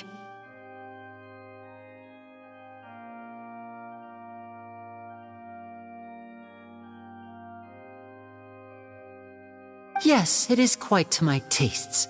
Thank you for helping to clear up my confusion. Huh. That's right! What drove you to write that letter, Gemma? What were you trying to achieve there? Because without that, none of this would have ever come to light! She didn't write the letter. After 10 long years, I'd hoped that the Phantom Weasel would be consigned to the history books by now. But it seems like someone still wasn't ready to let her finally be at peace. Linny. Or should I call you the Phantom Copycat now? You were the one who posted that letter outside the Opera House. But why? Very sharp, Phantom Weasel. Still as shrewd as ever. Well, no need for me to be coy about it. Our goal was to clear Caesar's name. The most straightforward way to change the public's impression of Caesar was to force the Weasel to show themselves. That's it? You had no other agenda? Of course we did. We made it quite clear in the letter, I believe. I shall take from you that which you hold most dear, just as you did to me 10 years ago.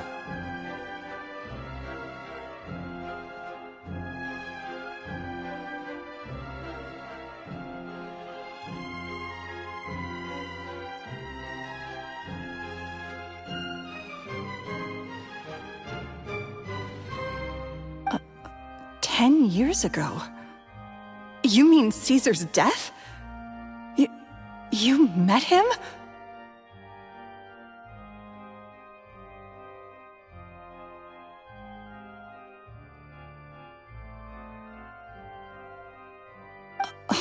Wait. Oh, I get it. You were those two obnoxious kids. It's been so long, and you're all grown up now. I didn't recognize you. He taught you magic back then, didn't he? For what, 10 days or something? And you went to all this trouble. Why? Because you feel like you still owe him something? We remember all our debts, however great or small. 10 years ago, Caesar's reputation was torn to shreds, and his legacy was thrown out. 10 years on, and no one cares what the truth is anymore.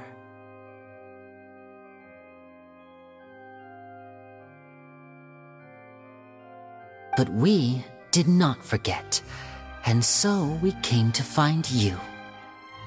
And? What exactly did you take from me? I'm still standing, as you can see. Lorenzo has admitted to everything. I'm free.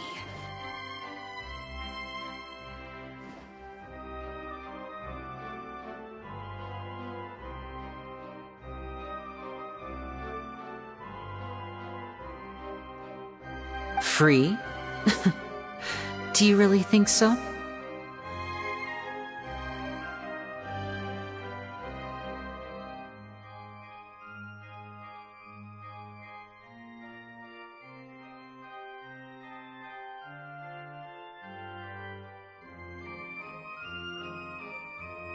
Caesar once told me that even though the world is filled with lies and falsehoods, we must find our own truth. I think that applies to you too. Truth can take many forms. Prized possessions with nostalgic value, fervent hopes and dreams, and irreplaceable people. Life took many things from you, and those wounds never healed. When they ached unbearably in the dead of night, stealing became your way of numbing the pain.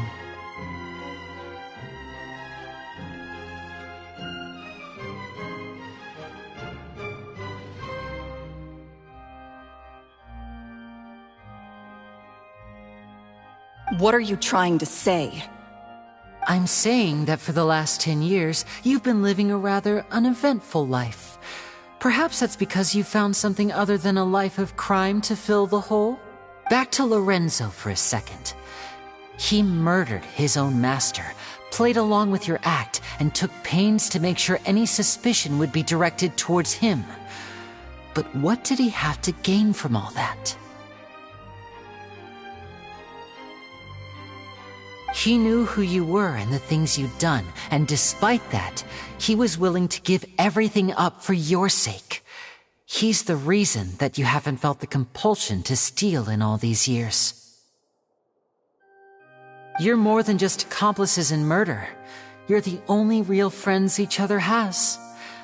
So I think you know, deep down, that he is the only truth you have in your life. But that truth is gone now, and I guarantee you, you'll never see it again. Congratulations on your freedom, Gemma. Your freedom will cost you dearly. From now on, you'll be all alone in a world full of lies and falsehoods. I do hope you'll be able to bear it. You've still got a long life ahead of you after all. Gather round, one and all. The time has now come for the amazing Lenny to perform his final act in tonight's show.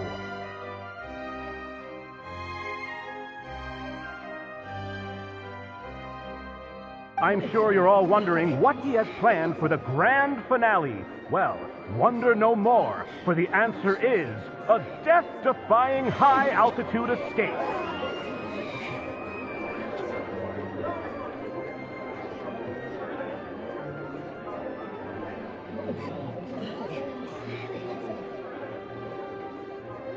A high-altitude escape?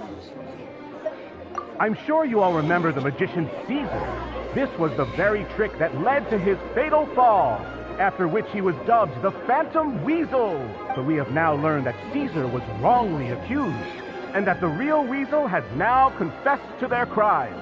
Guess that's my cue to leave. Whew. I've been practicing this one for ages now, but I'm still a little nervous. Traveler, Paimon, I hope you enjoy the rest of the show. There may be a lot of people watching tonight, but you alone are my true witnesses.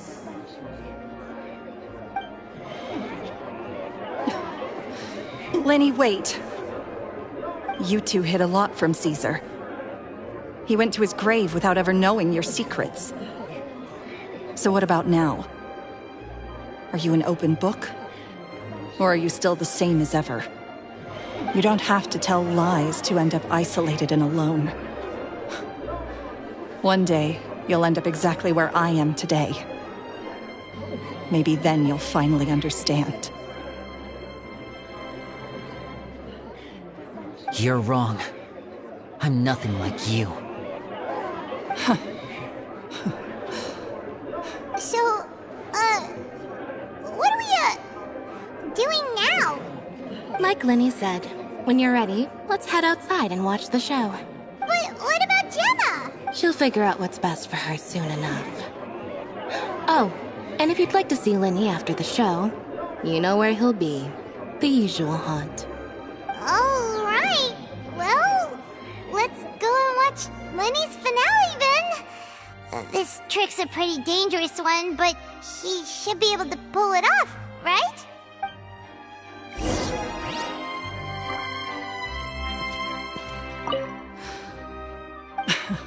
Sometimes I think I'm like a gambling addict.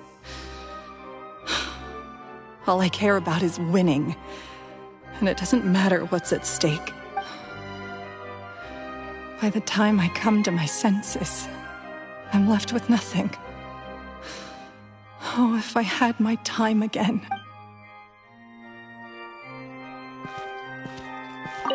Magicians are not like thieves. Thieves only tear things apart.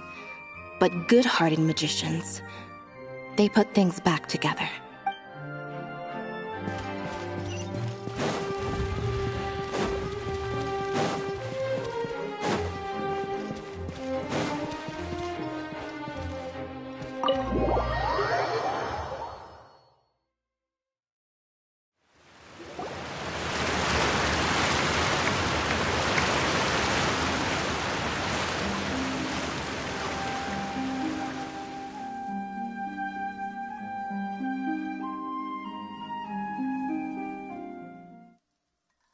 Magic should be mysterious, surprising, and defy logic.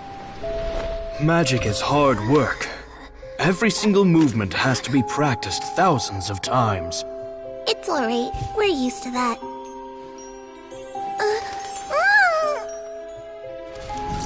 We're sorry. You've taught us so much, but we can't tell you the whole truth. It's okay. Do you still remember what I told you? This world is full of lies and falsehoods. I only hope that one day you can find your own truth. What about you? Have you found your truth? Magic is my truth. I want to perform a magic trick so great that people will always think of me when they talk about it. For a magician, what greater honor could there be? Look! Behold! Linny is sealed inside the box. Will he manage to escape? 10 years ago, Caesar attempted this very trick, and it was at this precise moment that...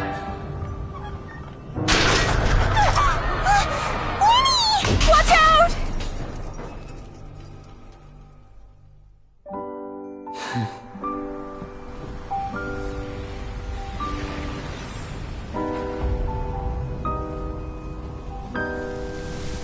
Mysterious. Surprising. And logic-defying. Isn't that right? This honor belongs to you, Caesar.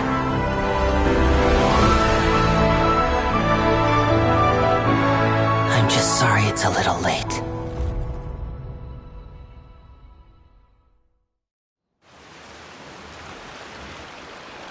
Did you see that? 1 minute he was falling, and the next, he turned into flowers. How could he possibly have done that?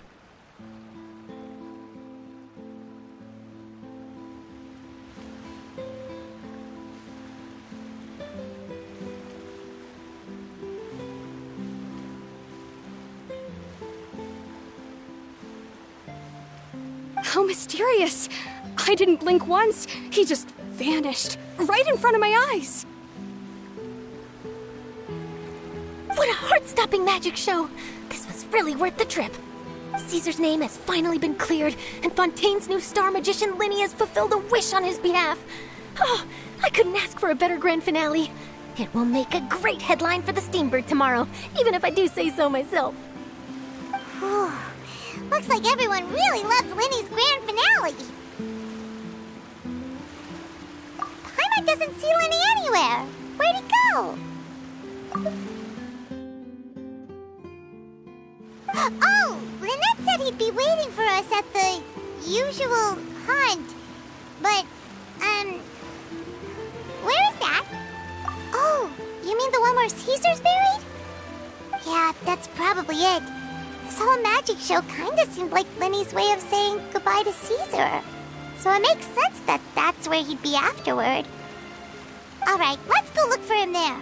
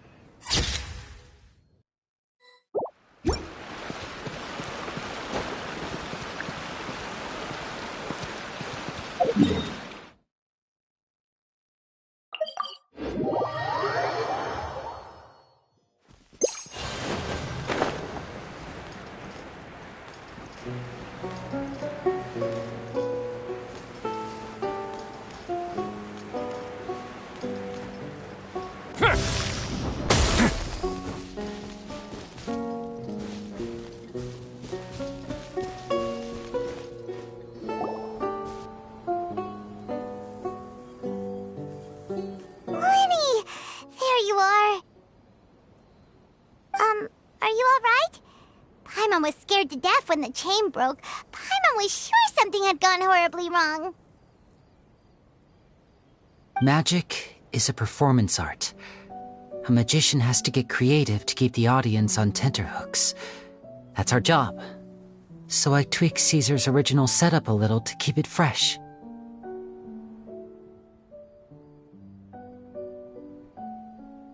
I was honestly a little nervous during the live performance. The thought of falling, suddenly feeling weightless, seeing the sky and the ground spinning and spinning. Sometimes, I can't help but wonder what Caesar thought in those final moments. Did he regret taking Gemma and Lorenzo on? Or did he believe that it was his own slip-up right until the end? You know, Paimon's been wanting to ask you about something ever since we were in Caesar's workshop. You learned magic from Caesar once, didn't you? When was that? After I joined the House of the Hearth. To be honest, Lynette and I had an agenda when we approached him. I told you about my past before, remember? As a young boy, I survived by secretly learning magic from street performers. I'd watch their tricks and try to figure out how they were done. But I quickly realized that observation alone could only get me so far. What I saw was the polished final performance, but the rigorous training they put in behind the scenes remained invisible to me. I needed to learn how to improve my sleight of hand, hone my misdirection skills, and make niftier props. We were gifted enough that we'd made some progress by ourselves, but without proper guidance from a professional magician, we quickly plateaued. So that's why you sought Caesar out? Yes. We figured there was no harm in asking, but it took us by surprise that he was so willing to teach us. In all, we only spent 10 short days together, but he was very good to us. By contrast, we hid so many things from him. For instance, when he asked why I wanted to learn magic, I answered, "It's my passion." But in truth, there was already a lot more to the story by then. After being taken in by an aristocrat for our magic talent, then betrayed soon after, this was no longer about me doing what I loved. What amazed me was how the lie escaped my lips even as I was hesitating over whether to tell him the truth. Trust is a beautiful thing. Sadly, I'd forgotten how to trust by then. Lenny. Still worried about the way I feel? You really are a gentle soul, aren't you? But don't worry, I'm used to it now. From the mansions of the elite to the House of the Hearth, lies and selfishness have followed me and Lynette everywhere we go. After Caesar went on tour, we became busy with our missions. The next we heard of him was that he'd fallen to his death, and was now declared to be the Phantom Weasel. That night, I remembered his smile. But as I lay there, I didn't know what to say to him. To keep secrets is to put up walls. The longer you keep them up, the less you let people in. Then, one day, you look around and realize your life is like an empty auditorium after a show, full of seats once occupied by all the people who left. But I guess that's the price we have to pay.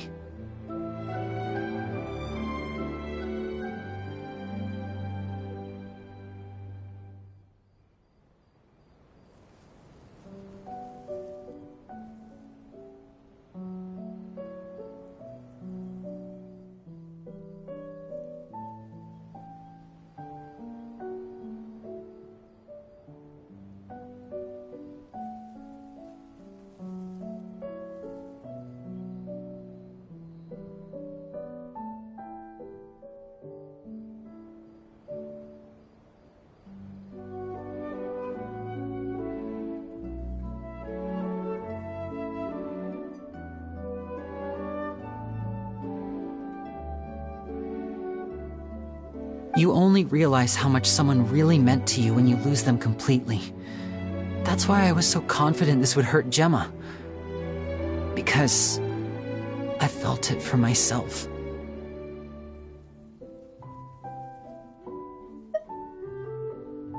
Yeah, cheer up, Lenny. We've had to say our fair share of goodbyes during our journey, too. But whatever happens, Paimon always believes in what tomorrow brings. Delicious food, fun toys, and the Traveler by my side. Paimon just needs to focus on things like this and all the unhappy stuff goes right out the window. You know, Traveler, doesn't that kinda make you Paimon's truth? Exactly. It's the same for me and Lynette. We are the truest thing each other has in the world, and nothing can replace that. Life has taken plenty from us, like it did from Gemma. But at least it left us with each other. That's what gave us the strength to get through the darkest days. That's why the darkness never consumed me, and why it never will. Maybe we live in the shadows too, but we remember every precious ray of light that shines through. All right, time to lighten this conversation up a little. What did you think of the show tonight? Were you happy with it? It was amazing! Paimon just wishes we hadn't been so distracted with the Gemma situation. We spent most of our time in the Opera House just talking and pretty much missed the entire first half of the show. Lenny, could you do just one more trick for us? Whoa, that's a bit of a tall order, I'm afraid. The show's just finished, so my sleeves are decidedly card-free right now. Aw, come on! Surely you can think of something. The Lenny Paimon knows can do anything if he puts his mind to it. Oh, all right then. I'll give it a go, but only because it's you. Watch closely. I have a flower in my hand. You liar! There's nothing in your hand! We ain't going along with this! Huh? My goodness, you're right. But I could have sworn I brought one here with me. Okay, try this.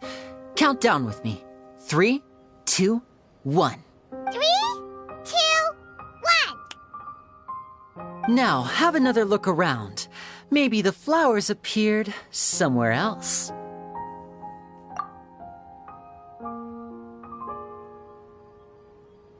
Really? Let's see.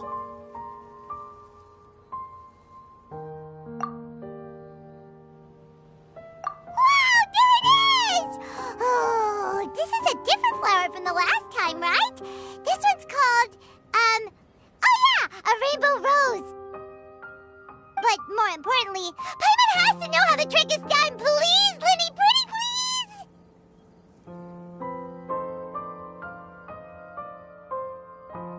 Well, if you want to learn magic, you'll have to start by addressing me as teacher.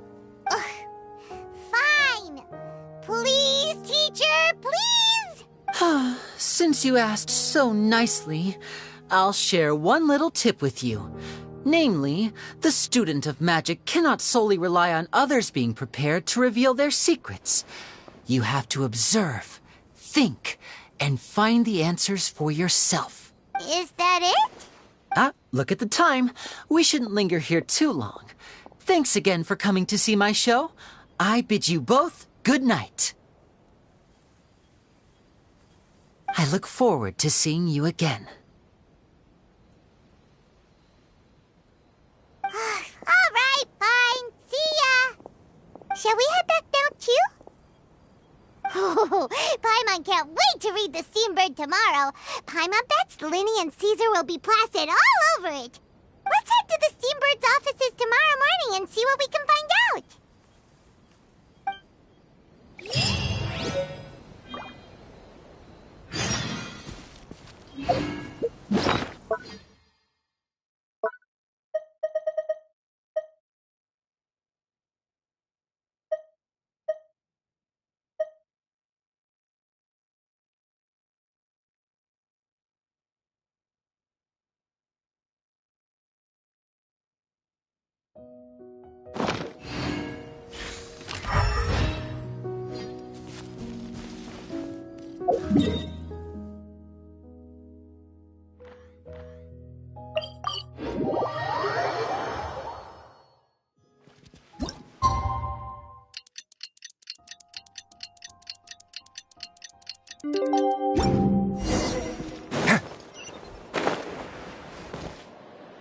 I'm very sorry, Charlotte, but my sister and I are quite busy today. I'm afraid we'll have to decline this interview. Oh, please, Lenny, I'll only take a moment of your time, if you would be so kind. Huh? What's happening here? I spent all night writing my piece about the Phantom Weasel, and it was going to go to print this morning. But Just as dawn broke, I suddenly received news that Caesar's fiancée, Gemma, had contacted the guards and confessed to having been the real Phantom Weasel all along. That was quick. Hmm? Too late, bro. That was quick, you say? It sounds like I've got some catching up to do. Please, fill me in. Whoops. Aha! My instincts did not lead me astray. You do have something to hide. Gemma turning herself in must have something to do with Linny's performance last night. Maybe watching my high-altitude escape trick reminded her of a better time with Caesar, and she could no longer ignore the voice of her conscience. Huh. Okay, then. Wait, no, there must be more to it. If that's all it took for her to have a change of heart, how did it take her 10 whole years? Well...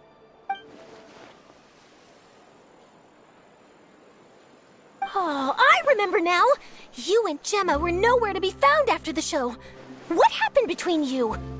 Quickfire question! Where did you all go after the show? Oh, we went to the cemetery and Linny did a private magic trick just for us. Actually, glad you mentioned it, because that reminds Paimon. Guess what? Linny started using rainbow roses in his tricks. What? I don't recall ever having received a rainbow rose from you myself. Is this supposed to mean that they're more important to you than your own sister? No, I just, What now? Oh, did Paimon say something wrong again?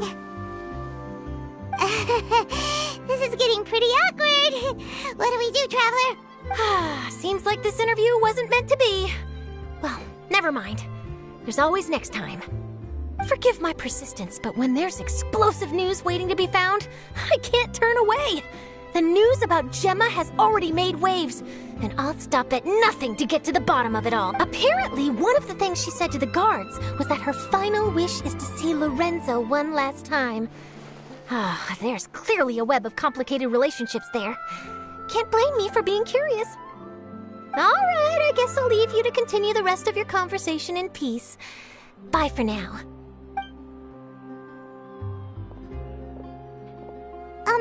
Lynette? Paimon didn't mean to...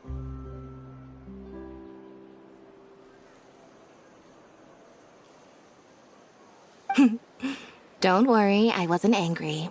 I was just trying to distract her.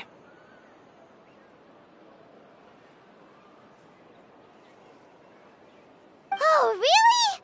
Oh, thank goodness. You scared Paimon there. Phew. You and me both, Paimon. You and me both. At least it did the job, right? Please, take good care of that rainbow rose. I'd be really upset if you lost it.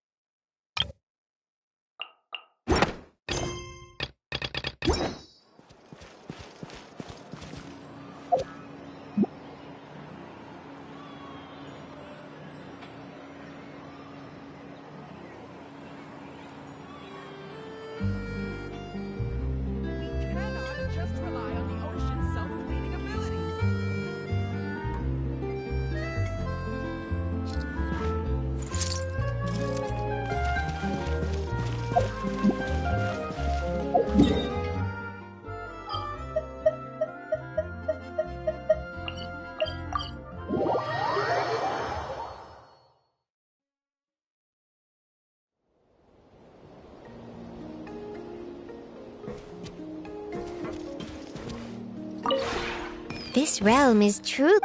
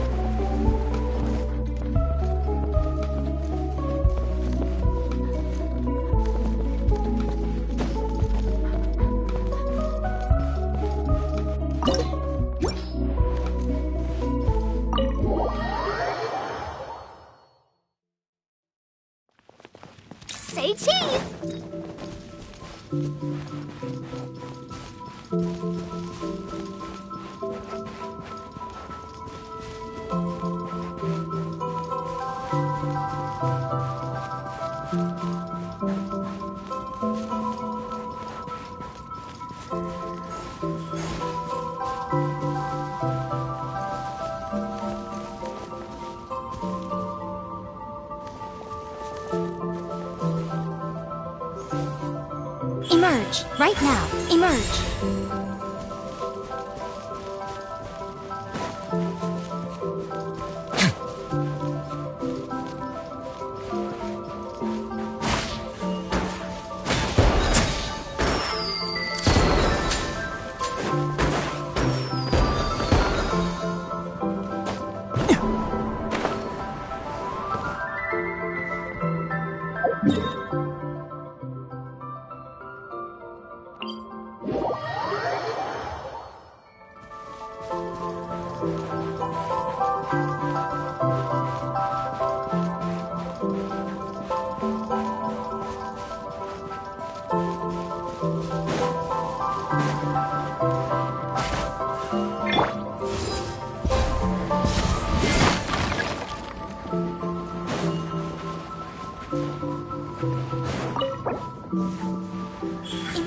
Right now. Emerge. Nothing lasts forever.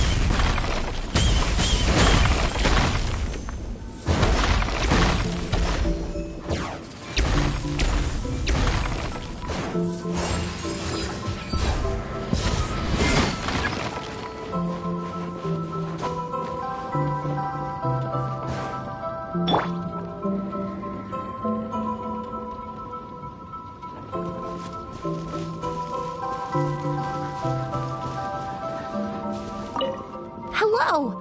It's an odd... Of course!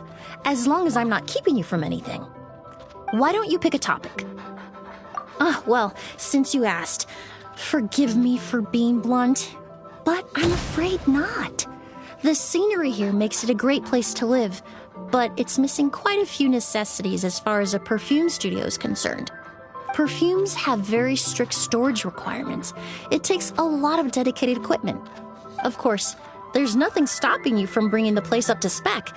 If you did that, it could make a fine studio space indeed. Well, I'd have to agree with you there. It's very true. My work requires a high degree of precision, so it's a good thing that I excel at staying focused. Staying focused for 3 to 5 hours at a time is pretty easy for me.